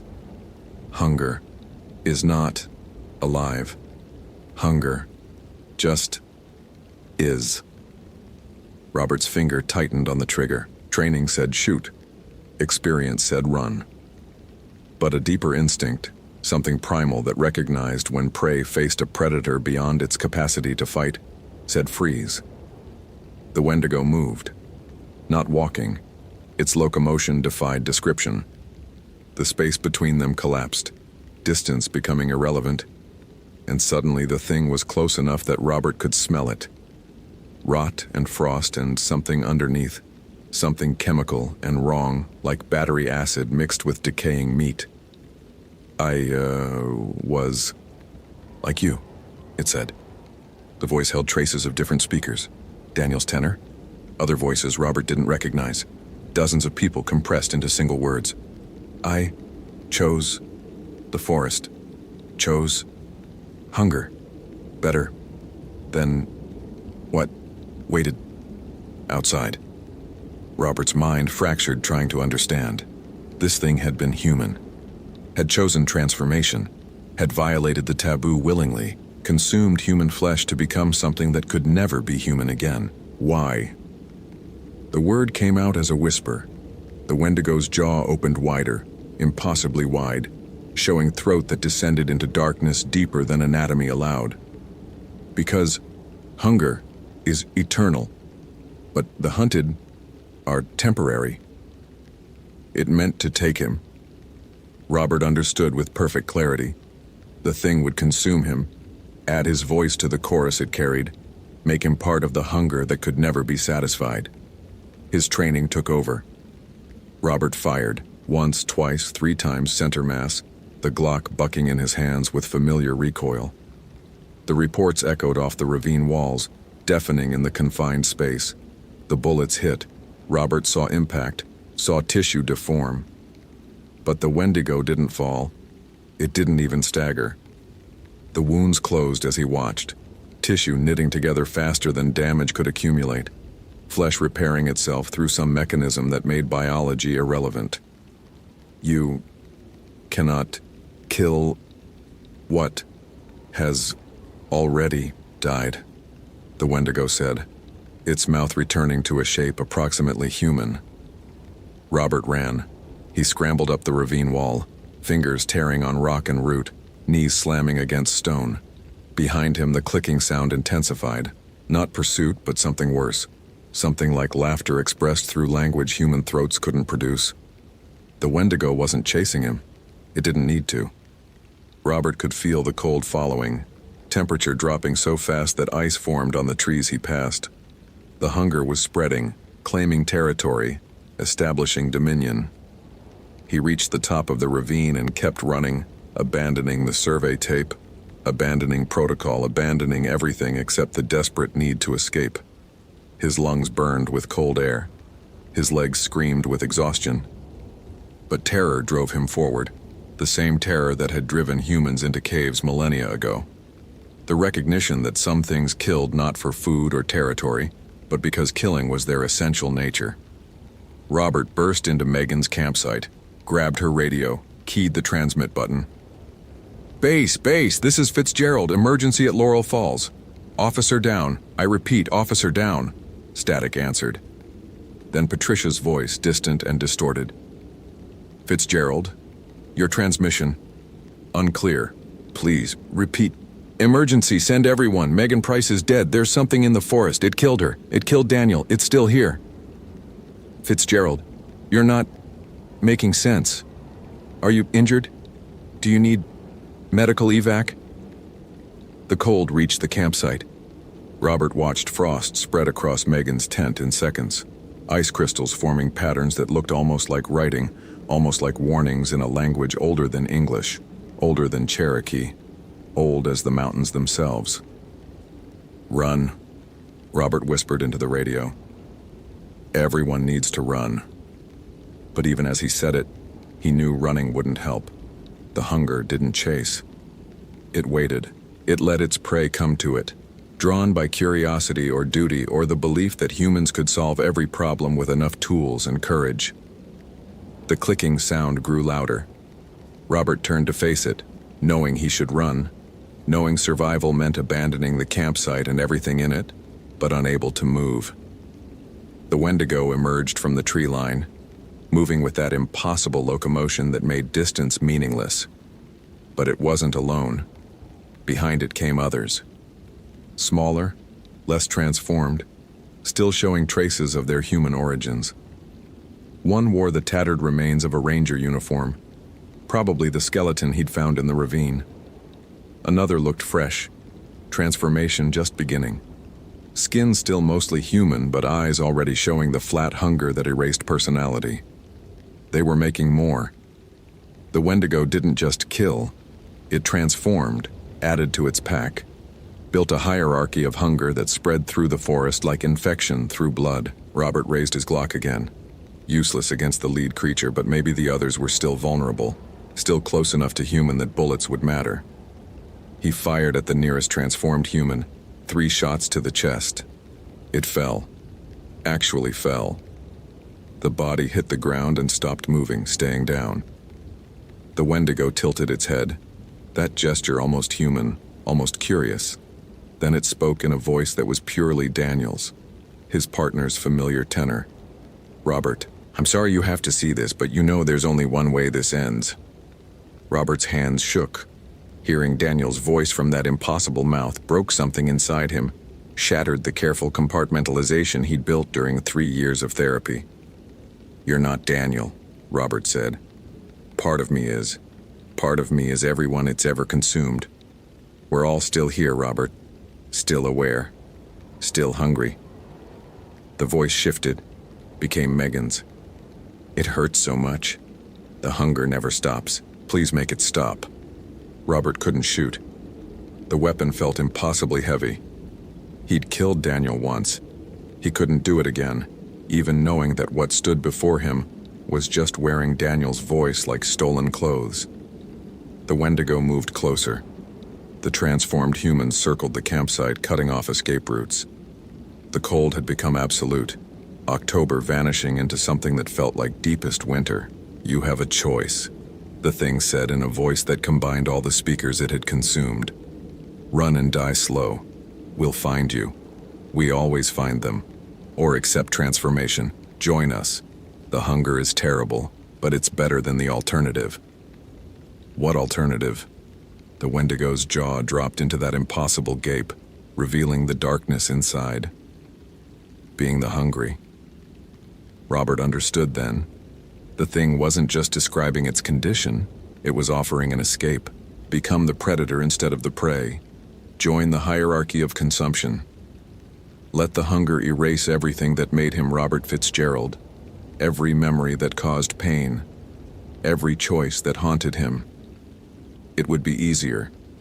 So much easier than carrying Daniel's death, carrying the knowledge of what existed in the forest, carrying the weight of being a witness to things his training said were impossible.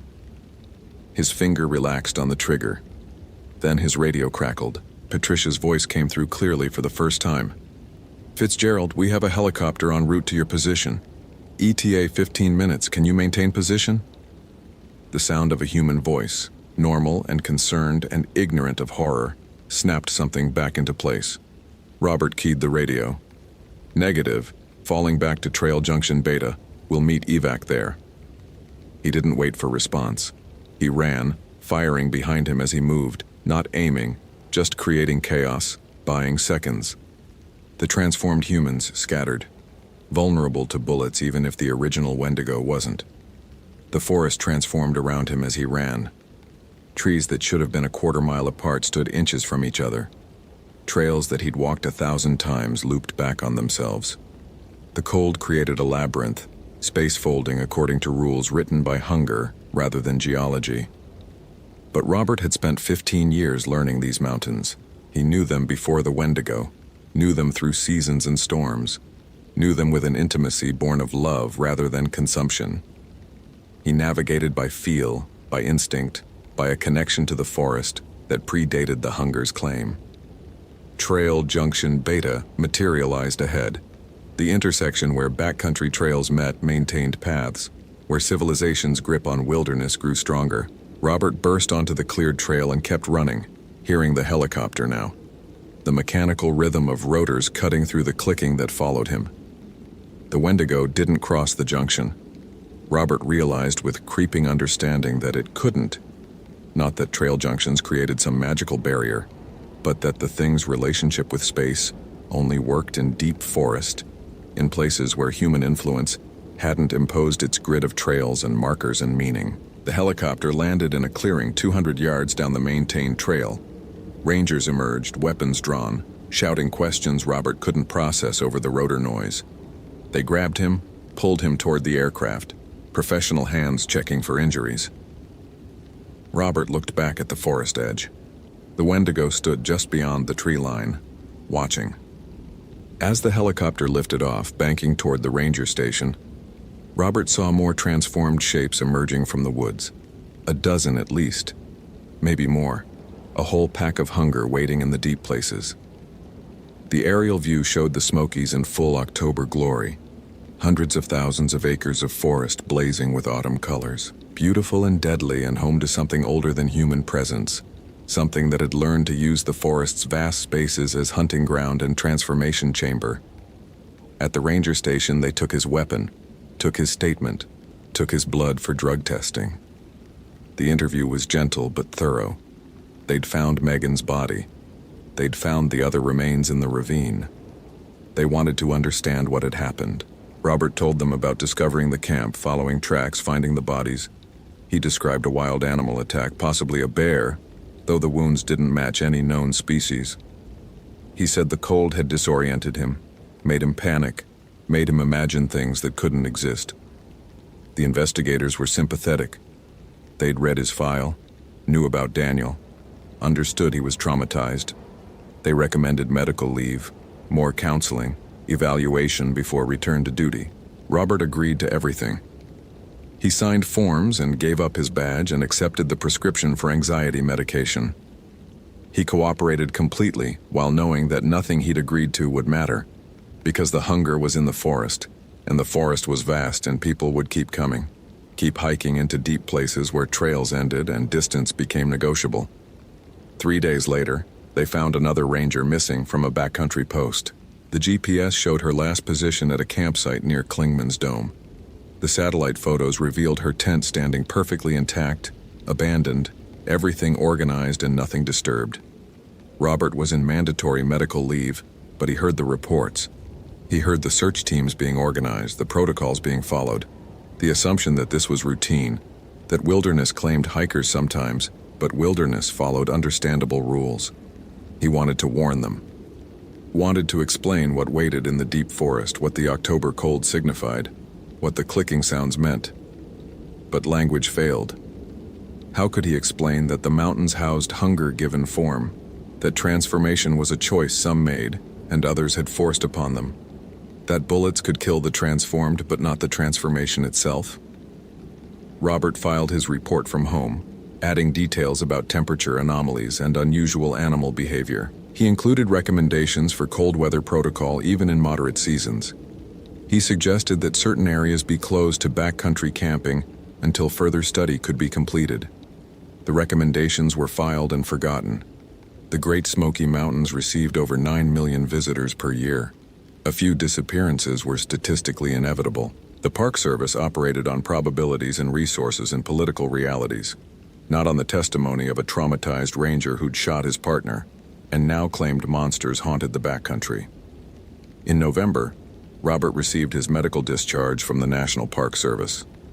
The paperwork cited post-traumatic stress disorder, inability to perform essential functions of the position, recommendation for continued mental health treatment. He didn't contest it. He packed his apartment in Gatlinburg and drove north, away from the Smokies, away from forest entirely. He took a job in Cincinnati working corporate security, checking badges and monitoring cameras, a position that required no weapon and no decisions more complex than whether to call the police. But he still had the photographs, the tracks in the forest floor, the bodies in the ravine, the shape at the tree line watching as the helicopter lifted off. Digital images that showed what human eyes shouldn't see, evidence of things that scientific paradigms had no framework to accommodate. Robert kept them encrypted, password protected, backed up to servers he paid for with cash. Documentation of the moment his understanding of reality had shattered twice. Once when Daniel transformed, once when he'd understood that Daniel wasn't alone, that the forest housed colonies of hunger, packs of transformed humans who'd chosen or been forced into becoming something beyond human. On cold nights, which came often in Cincinnati winters, Robert would pull up the images and study them. The Wendigo's face, human and not human, showing traces of everyone it had consumed. The transformed rangers still wearing their uniforms as they hunted. The ice patterns on Megan's tent that looked like warnings in a language nobody spoke anymore. He thought about her last journal entry. Sounds almost like someone calling, but the tone is wrong. She'd heard it and investigated. She'd been drawn by curiosity and duty toward the thing that would transform her, make her part of the hungry pack that waited in the deep forests. Robert wondered how many others existed now. The Wendigo had shown him a dozen transformed humans, but how many others waited in the vast acres of the Smokies? And were they confined to the Smokies, or did similar packs exist in other wilderness areas, other national forests, other places where humans disappeared into deep spaces and became statistics rather than mysteries? The folklore suggested Wendigo originated in the Great Lakes region, in Ojibwe and Cree territories far north of Cherokee land, but Daniel had transformed in the Smokies. The original Wendigo had claimed it chose the forest. What had driven it south? What made it establish territory in Appalachia? Robert had no answers, only questions and photographs and the memory of his partner's voice coming from a mouth that shouldn't speak, offering transformation as mercy, promising that hunger was better than being hunted. Sometimes he considered sending the files to someone, a researcher, an investigator, someone who might understand, but who would believe, and what good would belief do? The forest was vast, the hungry were patient, and humans would keep coming, keep hiking into deep places, keep following the sounds that called with tones that were almost right but fundamentally wrong. In spring, Robert's phone rang. Unlisted number. He almost didn't answer. Robert Fitzgerald? The voice was official, clipped, federal. Yes. This is Special Agent Matthews, FBI. I'm part of a task force investigating unusual disappearances in national park areas. Your name came up in our research. I'd like to discuss the incidents at Great Smoky Mountains in 2005 and 2008. Robert's hand tightened on the phone. I gave my statements to the investigators. I've read your official statements. I'm more interested in what you didn't say. The details that didn't make it into the reports. The things you thought no one would believe. Robert closed his eyes. Someone was investigating. Someone had noticed the patterns. Whether that was hope or horror, he couldn't decide. What makes you think there's anything I didn't say? Because 17 rangers have disappeared from backcountry posts across 7 national parks in the last decade, all in October, all during temperature drops that weather data can't explain, all with last known positions at campsites found intact and abandoned. A pause. And all the survivors who encountered something in the forest tell the same story officially. Animal attack, disorientation, stress reaction, but their eyes tell a different story. They've seen something. Something they can't explain and don't want to remember. Robert sat in silence, considering. If he spoke, if he shared the photographs and what he knew, he would be marked forever as the ranger who believed in monsters. But if he didn't speak, how many more Megans would follow sounds into the forest? How many more Daniels would choose transformation over the alternative? If I share information, Robert said slowly, what happens? We investigate, quietly. No media, no public panic. Just a small team gathering evidence, documenting patterns, developing protocols. And if the evidence shows something outside normal parameters, something that doesn't fit scientific explanation? Agent Matthews was quiet for a moment. Then, Mr. Fitzgerald, I have files on my desk that describe attacks by things that leave no physical trace, disappearances that violate known physics, phenomena that make experienced law enforcement officers refuse to return to certain locations. I stopped worrying about scientific paradigms 6 months into this assignment. I just want to understand what's killing people and how to stop it. Robert thought of Daniel's last words before transformation took his speech. It's not killing me. It's making me more. He thought of the Wendigo's offer. Join us. The hunger is terrible, but it's better than the alternative. He thought of Megan writing about sounds like bone wind chimes and investigating instead of running.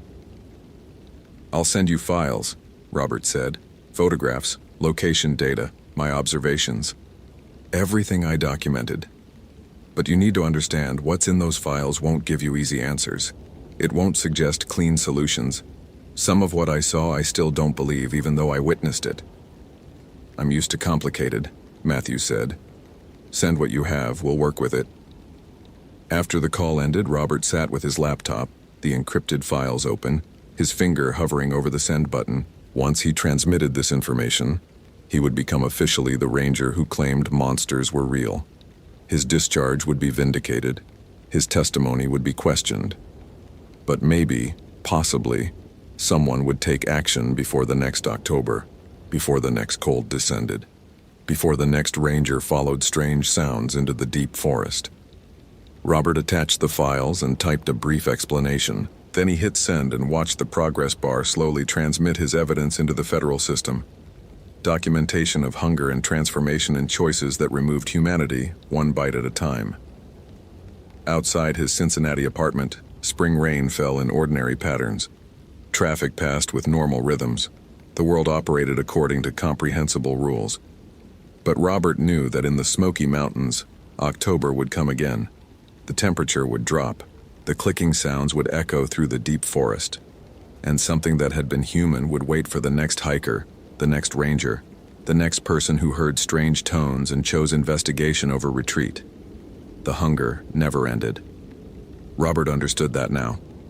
It was patient and old and perfectly adapted to the vast wilderness areas humans had preserved, ironically creating protected hunting grounds for things that hunted humans. All he could do was document, warn, and hope that someone would listen before curiosity led them past the tree line, into the cold, toward sounds like bone wind chimes calling in the deep places where hunger waited, eternal and insatiable. Hope you felt genuine terror.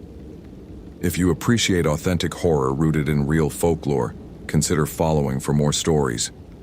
Which moment scared you most? Share your theory about what happened.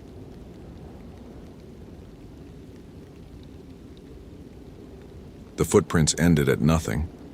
Amanda Castellano crouched in the sand, studying the tracks that had led her 3 miles into the Panamint Valley. Boot prints, size 11 or 12, deep enough to suggest a man carrying significant weight.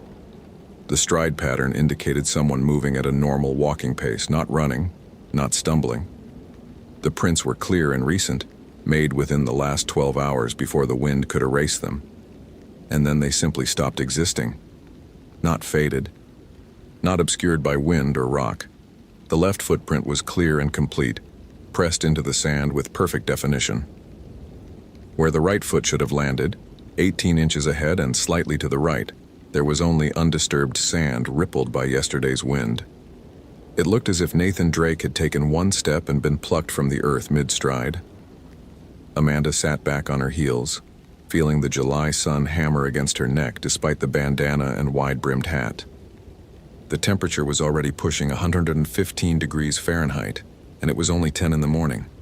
She'd started tracking at dawn from Nathan's abandoned campsite, following his trail with the kind of focus that kept her from thinking about why she was alone out here, why she'd volunteered for this search when she could have stayed at the ranger station and let someone else handle it.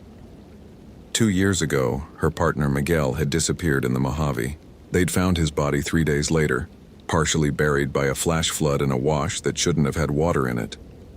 The official cause of death was drowning, but Amanda still dreamed about the expression frozen on his face. Not the peaceful mask of someone who'd lost consciousness, but the wide-eyed terror of someone who'd seen something impossible in his final moments. She'd taken a year off after that. Therapy, medication, long stretches of time where she couldn't bring herself to look at a topographic map. When she'd finally returned to work at Death Valley, the superintendent had been understanding, had kept her on light duty, had never asked why she sometimes had to walk away from radio calls about missing hikers. But when Nathan Drake's sister had called yesterday, voice-breaking as she described her brother's planned solo backpacking trip through the Panamint Range, Amanda had felt something click into place. Nathan was 31, experienced, carrying a Garmin InReach satellite communicator that showed his last position at 36.2574 N, 117,0891 W, coordinates that placed him in an area of the valley Amanda knew well. He'd missed his scheduled check-in 12 hours ago. His emergency beacon hadn't been activated. Amanda had told the superintendent she'd do a preliminary search, just a quick sweep of the likely routes. She'd told herself it was professional duty, that any ranger would do the same. She hadn't admitted that she needed to know, needed to see what had happened, needed to confirm that not every disappearance in the desert ended with a body and unanswered questions. Now she was staring at footprints that defied logic, and the old fear was back, settling in her chest like a stone. Amanda pulled out her Nikon D200 and photographed the tracks from multiple angles, including a shot with her GPS unit in frame, showing the coordinates. Then she stood and walked a slow circle around the area, searching for any indication of where Nathan might have gone. Scuff marks, drag marks, signs of a struggle, anything. The sand was pristine except for her own tracks and the impossible line of prints that terminated at nothing. She keyed her Motorola radio. Castellano to base, over. Static then. Go ahead, Amanda. I'm at Nathan Drake's last known position. I've got tracks leading away from his campsite, but they're anomalous. Requesting a second unit for verification. Over. A pause. Define anomalous. Amanda looked at the footprints again, at the precise point where they stopped. How did you explain this without sounding unhinged? The track pattern is inconsistent with normal travel. I need another set of eyes. Over. Copy that. Sanders is en route from Furnace Creek, ETA 90 minutes. Do you need immediate support? Over. Negative. I'm going to continue the search pattern. Castellano out. She clipped the radio back to her belt and started walking a grid search around the termination point, moving in expanding circles. The sun was merciless, turning the air into something that felt solid, heavy. Sweat evaporated from her skin before it could bead, leaving salt deposits that itched and burned. Amanda's camelback was already down a liter, and she'd need to turn back within 2 hours if she didn't find anything. At 20 yards from the footprints, she found the first sign that something was deeply wrong. Someone had arranged rocks in a pattern on the sand, small stones, maybe 50 of them, forming a design that made her eyes hurt to follow. It looked vaguely like a star with too many points, or perhaps a flower with petals that curved back on themselves. The rocks were dark basalt, deliberately chosen to contrast with the pale sand, and in the center of the pattern, written in what looked like charcoal or ash, was text in a script Amanda didn't recognize. The letters were flowing and elegant, with dots and diacritical marks that suggested Arabic, though Amanda's limited exposure to the language made her uncertain. What she could say with confidence was that someone had spent considerable time creating this symbol, and that it had been made recently, probably within the last 24 hours, given the lack of wind disturbance. Amanda photographed the symbol, zooming in on the text. Then she carefully stepped around it and continued her search. At 40 yards, she found another symbol. Different design, same dark rocks, more text in the same script. This one looked almost like a hand with 7 fingers, the palm filled with additional characters. At 60 yards, a third symbol, a square within a circle within a triangle, mathematical in its precision. Amanda marked each location in her GPS, then pulled up the saved waypoints on the display. The 3 symbols formed a perfect equilateral triangle, with the termination point of Nathan's footprints at the exact center. Her hands were shaking. Amanda recognized the tremor from 2 years ago, from the days after they'd found Miguel, when she couldn't hold a coffee cup without spilling. She forced herself to breathe slowly, to focus on the concrete facts. Someone had created these symbols. Nathan had walked to this spot. The symbols and his disappearance were connected, but that connection didn't have to be supernatural. This could be evidence of foul play, of kidnapping, of Nathan encountering someone dangerous who'd staged an elaborate scene to confuse searchers. That explanation felt thin even as she constructed it. Amanda returned to Nathan's campsite, which she'd marked with orange surveyor's tape. He'd pitched a mountain hardware tent in the shadow of a rock formation, choosing a spot that would provide shade during the afternoon heat. The tent was properly staked. No signs of struggle or hasty departure. Inside, she found his sleeping bag neatly rolled, a paperback novel marked halfway through, a water bottle 3/4 full. His backpack was there too, which made no sense. No experienced hiker walked away from their pack in Death Valley. The pack contained everything necessary for survival: water filtration, food, first aid, emergency blanket. Nathan's wallet was in the top pocket, along with his car keys and phone. The phone had no signal, which was normal for this area, but the battery was at 68%. Amanda went through the pack methodically, documenting each item. Standard gear, all of it. Nothing unusual until she reached the bottom compartment, where she found something wrapped in a cloth that felt like silk. The book was old. Not antique dealer old, but genuinely ancient, the kind of old that made Amanda's breath catch. The binding was leather, cracked and stained, held together with what looked like copper wire. The pages were some kind of parchment or vellum, thick and irregular, and the text was in the same flowing script she'd seen in the rock symbols. Amanda carefully opened the cover. The first page contained an illustration rendered in faded ink, a humanoid figure wreathed in flames, its features simultaneously human and utterly alien. The eyes were too large, the mouth too wide, the proportions subtly wrong in ways that made her want to look away. Beneath the illustration, more text in that incomprehensible script. She flipped through the pages slowly. More illustrations, geometric patterns, star charts that didn't match any astronomy she knew, diagrams of circles and triangles filled with text. One page showed what looked like a brazier with smoke rising from it, the smoke resolving into shapes, animals, faces, abstract forms. Another page depicted a desert landscape with a figure standing at the center of multiple circles drawn in the sand, arms raised, fire surrounding them on all sides. The final pages contained what looked like instructions, step-by-step diagrams showing the creation of symbols, the arrangement of stones, the placement of offerings, and in the margins, someone had added notes in English. Nathan's handwriting. Amanda recognized it from his registration form. Day 1. Found the book in a cave off Wild Rose Canyon. Can't believe this was just sitting there. Arabic is rusty, but I think this is a grimoire, medieval Islamic magic text. Possibly related to jinn invocation. Need to research when I get back. Day 2. Symbols are protective circles. The text describes summoning rituals for fire spirits, Ifrit-class jinn. Writer warns against attempting without proper preparation. Obviously not planning to try it, but fascinating from anthropological perspective. Day 3. Having weird dreams, fire everywhere. A voice speaking a language I don't know but somehow understand. Woke up with sand in my mouth even though tent was sealed. Day 4. The voice is getting clearer. It's asking me to complete the ritual. Says it's been waiting for someone to read the words, to speak them aloud. I know this is just heat exhaustion or dehydration affecting my judgment, but part of me wants to try. Just to see. Just to know if it's real. The notes ended there. Amanda checked the date on Nathan's last entry. Yesterday morning, which meant by yesterday afternoon, he'd walked out into the desert, created 3 geometric symbols in a perfect triangle, and then vanished from the center point. He'd attempted the ritual.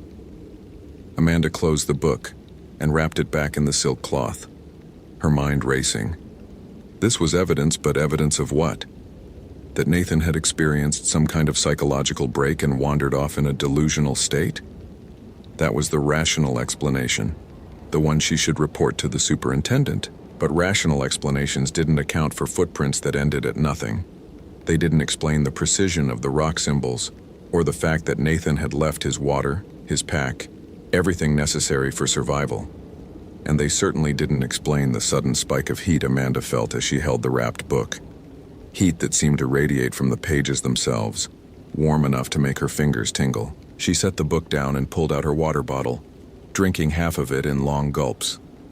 The heat was getting to her. She was projecting her own trauma onto this situation, seeing significance where there was only coincidence. Nathan had walked somewhere.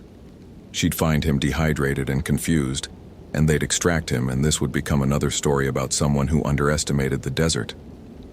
Amanda's radio crackled. Not Sanders calling in.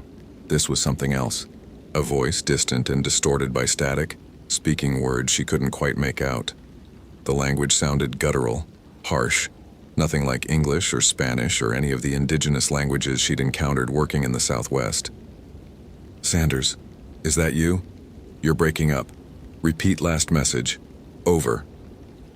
The voice continued, ignoring her. Or perhaps not ignoring, perhaps responding, but in a language that predated modern communication protocols. The words rose and fell in a pattern that felt like poetry or prayer, rhythmic and deliberate.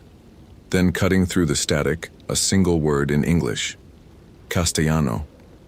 Her name, pronounced with an accent that wasn't quite right. The syllables stretched and emphasized strangely. "Who is this? Identify yourself. Over." Laughter, low and crackling like fire consuming dry wood. "You hold my prison. You carry the words that bound me. Will you speak them, Ranger? Will you finish what your Nathan Drake began?" Amanda dropped the radio. It hit the sand and continued transmitting, the voice pouring out of the speaker. "He called but did not complete the ritual. He created the circles but did not enter them. He spoke 3 of the 7 names but fell silent before the binding could take hold. So I took him halfway. He is neither here nor there, neither flesh nor flame. Suspended. Waiting." She grabbed the radio and switched it off. The voice cut mid-sentence. Amanda stood there breathing hard, staring at the device in her hand. Hallucination. Had to be. Heat exhaustion caused auditory hallucinations. She'd been out in 115-degree heat for hours, probably dehydrated despite her water intake. The rational response was to return to her vehicle, rehydrate, cool down, and request backup before continuing the search. But Miguel's face flashed in her memory, that expression of final terror, the one that had haunted her for 2 years. And now Nathan was out here, suspended between here and there, according to a voice that shouldn't exist, and Amanda was holding a book that radiated impossible heat. She picked up the grimoire again, unwrapping it from the silk. The text was incomprehensible, but the illustrations were clear enough. A ritual of invocation, requiring 3 symbols arranged in a triangle, an incantation spoken at the center point, offerings of water and salt, and something the diagram suggested was blood. Nathan had created the symbols. He'd started the incantation, 3 of 7 names, the voice had said. And then something had happened, something that plucked him from reality mid-stride and left his footprints terminating at nothing. Amanda could call this in. She could package up the evidence, mark the coordinates, and let someone else deal with the impossibility of it. That would be the sane choice, the safe choice, the choice that kept her from confronting the same unknowable horror that had killed Miguel. Or she could finish the ritual. The thought came unbidden, and Amanda recognized its source immediately. Not rationality, but desperation. The same desperation that had driven her into the desert alone, that had made her volunteer for this search despite her trauma. She needed to know. She needed to understand what happened to people who vanished in the desert. And this book, with its elaborate instructions and dire warnings, offered a way to find out. She looked at the symbols drawn in Nathan's notes, at the phonetic transcriptions he'd made of the Arabic words. He'd done half the translation work already, had identified the names that needed to be spoken. The 7th name was partially visible in his notes. Zabania, the Guardians of Fire.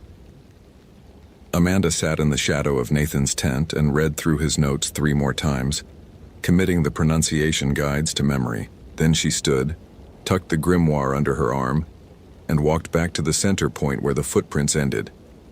The 3 stone symbols surrounded her, forming a triangle approximately 60 feet on each side. Standing at the center felt like standing in a spotlight, despite the shadows being wrong for that. The sun was high and brutal, creating only small shadows directly beneath objects. But Amanda felt exposed, watched, as if the desert itself had focused its attention on this small patch of sand. She set the grimoire on the ground and opened it to the page with the incantation. The words were foreign, angular, but Nathan's phonetic guide was clear enough. Amanda had minored in linguistics at university, had studied pronunciation systems and phoneme classification. She could make the sounds. The question was whether she should. "Miguel," she said aloud, speaking to the memory that had driven her here, "I need to know. I need to understand what happened to you. If there's something out here that takes people, that leaves them with that expression on their face, I need to see it. I need to stop being afraid." The desert offered no response. Wind moved across the sand, erasing her footprints, indifferent to human need. Amanda began to read. The first name came out awkwardly, her tongue stumbling over consonants that didn't exist in English. Ifrit, the word for the fire jinn, the malevolent spirits that lived in flames and punished those who disturbed them. The second name was harder. Samum, the poison wind, the simoom that killed travelers in the desert. Third, Zabania, the guardians who tortured the damned. Fourth, Malik, the angel of hell. With each name, the air grew heavier. The heat intensified, going from brutal to supernatural, as if the sun had decided to focus its entire output on this single point. Amanda's skin prickled with sweat that evaporated instantly. Her throat felt scorched. Fifth name, Iblis, the devil himself in Islamic tradition, the jinn who refused to bow to Adam. Sixth, Nar, fire, pure and simple. The temperature had become unbearable. Amanda's vision swam. She could smell smoke, could see heat shimmer rising from the sand in waves that distorted reality. The stone symbols surrounding her had begun to glow faintly, as if heated from within. Seventh name, the final word. Nathan had made it this far and stopped, the voice had said. 3 of 7. But Amanda had spoken 6, and the 7th was right there in the phonetic guide, waiting.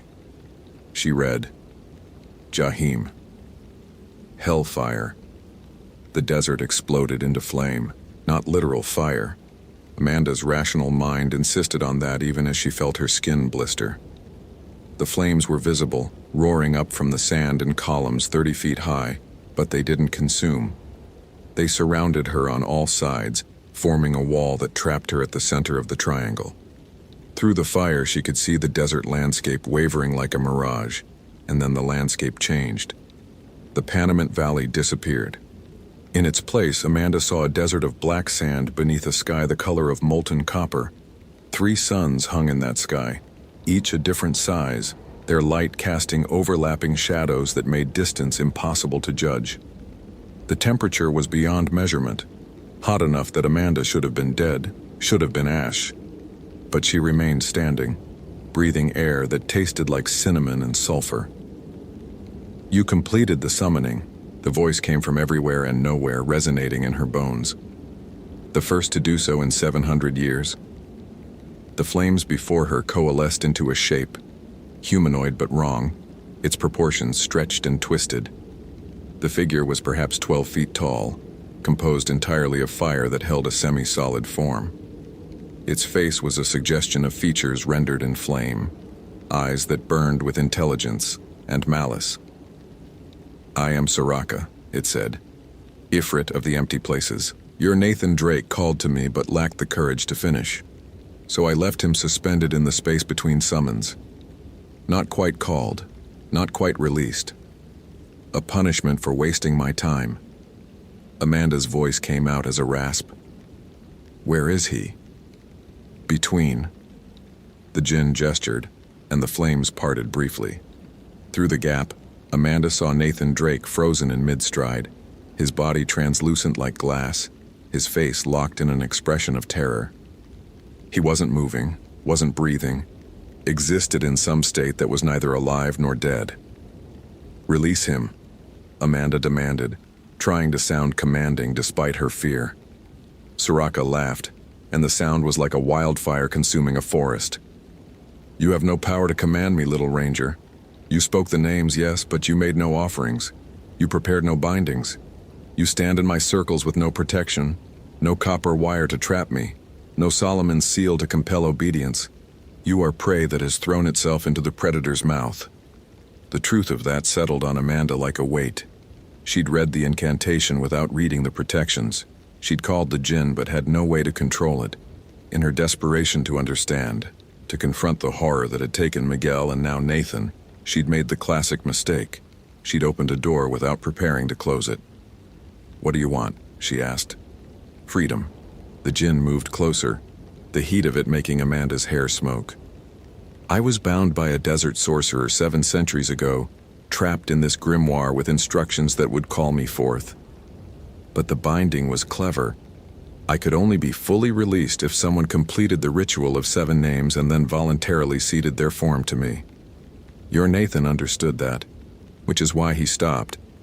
But you, grieving one, you might be desperate enough to trade. Trade what? Your body, your life in the physical world. You would cease to exist and I would take your form, walking free in the world of sand and water and human flesh. And in exchange I would release your Nathan Drake from his suspension. 1 life for 1 life. A fair bargain." Amanda looked at Nathan's frozen form, at the terror etched permanently on his face. Then she thought of Miguel, of the expression he'd worn in death. Had he seen something like this in his final moments? Had he encountered the jinn or something like it? Some ancient intelligence that existed in the desert's empty places? "If I refuse?" Nathan remained suspended for eternity. "And you?" Soraka smiled, an expression rendered in flame. "You will never leave this circle. I may be bound to the grimoire, but within the ritual space, I have dominion. You will remain here, aging but never dying, conscious but never escaping, until the desert wind eventually erodes you to dust. It might take 1,000 years. Those aren't real choices. They are the only choices available to those who summon without preparation. Did you think magic was safe? Did you think the old powers would bend to your will simply because you spoke their names?" The jinn's voice took on a mocking tone. "You humans and your arrogance. You find ancient texts and treat them like curiosities, like museum pieces. You read the words without understanding the weight they carry." Amanda's mind raced, searching for options. She had no protection, no copper wire, no Solomon's seal. But she had something the jinn might not have anticipated. She'd spent 2 years studying trauma, learning about dissociation and fragmentation, about how the mind protected itself from horror by compartmentalizing experience. "I'll make a different trade," she said. "You have nothing else to offer." "Yes, I do. You want freedom, but you also want something else. You want someone to know your story. You want someone to understand why you were bound, what you did that made the sorcerer trap you." The flames flickered, interest sparked. "You presume much. All intelligence craves recognition. That's universal, human, animal, or jinn. You've been trapped for 700 years with no one to witness your existence except the occasional fool who reads the summons. But I'm different. I'm a ranger for the National Park Service. My reports go into federal databases. My photographs become part of permanent archives. If I tell your story, it will exist in records that last centuries." "Words," Soraka said dismissively. "Digital vapor. Better than nothing. Better than being forgotten entirely." Amanda pressed on, sensing weakness. "Release Nathan and let us both go. I'll document everything, the grimoire, the symbols, the ritual. I'll make sure your story is preserved. And in exchange, you get what every imprisoned entity wants, to be remembered, to have your existence acknowledged." The jinn was silent for a long moment, the flames that composed its body flickering uncertainly. "You would tell them about me? About what dwells in the empty places?" "I would tell them everything. I would make sure people understood that the desert contains more than sand and heat, that there are old powers here, bound by rituals and seals, waiting for the right words to be spoken." "And you think this serves me? Warning them away?" "I think," Amanda said carefully, "that you're lonely. 700 years is a long time to exist in isolation, even for an Ifrit. You want to be seen, to be known, even if that knowledge comes in the form of fear. It's better than being forgotten. Soraka studied her with eyes of flame. Then slowly the djinn began to laugh.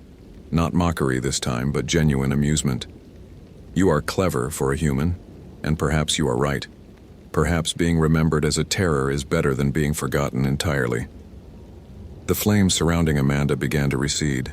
Through the dissipating fire, she saw the desert reasserting itself, the black sand fading back to normal, the 3 copper suns collapsing into one yellow star, the impossible heat retreating to merely brutal. Nathan Drake's frozen form shuddered and solidified, becoming flesh again. He collapsed to the sand, gasping and whole. "I release you both," Soraka said, its voice fading. "But hear this, Amanda Castellano. You have made a bargain with an Ifrit, and such bargains have weight. You will tell my story, or I will find you again. Words have power. Names have power. You spoke mine, and now we are bound, not as servant and master, but as chronicler and subject. Do not fail in your obligation." The flames vanished completely. Amanda stood alone in the center of the stone symbols, the grimoire at her feet. Nathan Drake coughing and retching nearby. The temperature was still 115 degrees, but it felt almost cool after the supernatural heat. She ran to Nathan, checking his vitals with shaking hands, pulse strong, breathing steady, pupils reactive. He was dehydrated and probably hypothermic despite the heat. His skin was cold to the touch, his core temperature dangerously low. Amanda pulled her emergency blanket from her pack and wrapped him in it, then keyed her radio. "Castellano to base. I've found Nathan Drake. He's alive but needs immediate medical evacuation. Requesting helicopter support at my coordinates. Over." "Copy that, Amanda. Helicopter en route, ETA 20 minutes. What's his condition? Over." Amanda looked at Nathan, who was staring at her with eyes that held too much knowledge, the kind of knowledge that would haunt him for the rest of his life. He'd seen what lay between worlds. He'd existed in suspension, conscious but unable to move or scream or escape. That experience would mark him permanently, just as Miguel's death had marked her. "Severe dehydration and exposure," she said into the radio. "He's going to need extended observation. Castellano out." She sat with Nathan until the helicopter arrived, neither of them speaking. What was there to say? They'd both encountered something the modern world insisted didn't exist, and they both knew that trying to explain it would only result in psychiatric evaluation and skepticism. When the helicopter touched down and the paramedics loaded Nathan onto a stretcher, Amanda gathered the grimoire, wrapping it carefully in the silk cloth. This was evidence, but evidence of what? She could file it with the incident report, could document the stone symbols and the ritual circle, but who would believe her? Who would accept that ancient Islamic magic was real, that jinn existed, that the desert contained powers that predated human civilization? She thought of the bargain she'd made, to tell Soraka's story, to ensure the Ifrit wasn't forgotten. That meant making a choice. File an honest report that would destroy her credibility, or file a sanitized version that protected her career, but violated her agreement with an entity that could reach her anywhere. In the end, Amanda did both. The official report was bland. Nathan Drake had experienced severe heat exhaustion leading to disorientation. He'd wandered from his campsite in a delirious state and was found unresponsive, but alive. The stone symbols were noted as evidence of Nathan's psychological state, ritualistic behavior consistent with heat-induced delirium. The grimoire was logged as personal effects and placed in evidence storage. But Amanda also wrote a second report, unofficial and detailed. She documented everything. The footprints that ended at nothing, the voice on the radio, the summoning ritual, her encounter with Soraka. She included high-resolution photographs of the grimoire's pages, transcriptions of the text from Nathan's notes, GPS coordinates of the stone symbols. She encrypted the document and uploaded it to 3 different servers, ensuring it would survive even if she didn't. Then she added a final note. To whoever reads this, the desert is older than you know. There are things bound in the empty places waiting for someone to speak their names. Respect that. Fear that. Remember Soraka, Ifrit of the spaces between, who was imprisoned 7 centuries ago and briefly freed by human curiosity. Remember that knowledge always has a price, and sometimes that price is paid in forms that exist between life and death. She saved the document and closed her laptop, feeling the weight of the obligation settling permanently on her shoulders. The djinn had been right about one thing: words had power. By speaking the names, Amanda had bound herself to Soraka's story, and that binding would last as long as she lived. Nathan Drake recovered physically within 3 days. Psychologically, the recovery would take much longer, if it ever came at all. He refused to discuss what had happened during his suspension, would only say that he'd existed without existing, and that the experience had taught him the universe was larger and stranger than any human mythology suggested. He left Death Valley and never returned. Amanda heard through mutual contacts that he'd moved to Alaska, as far from deserts as American geography allowed. She didn't blame him. Sometimes the only response to horror was distance. Amanda stayed. Someone had to watch the empty places, to make sure no one else stumbled into a 700-year-old trap.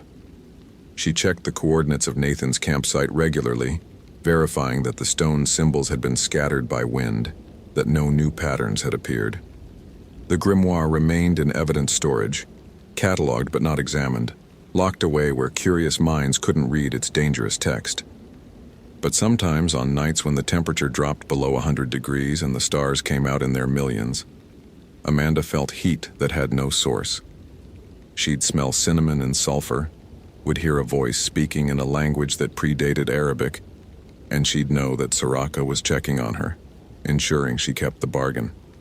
She'd made a deal with an Ifrit, she'd documented its existence, and now she carried that knowledge like a weight, like Miguel's memory, like all the trauma that accumulated in the empty places where humans encountered forces they couldn't control.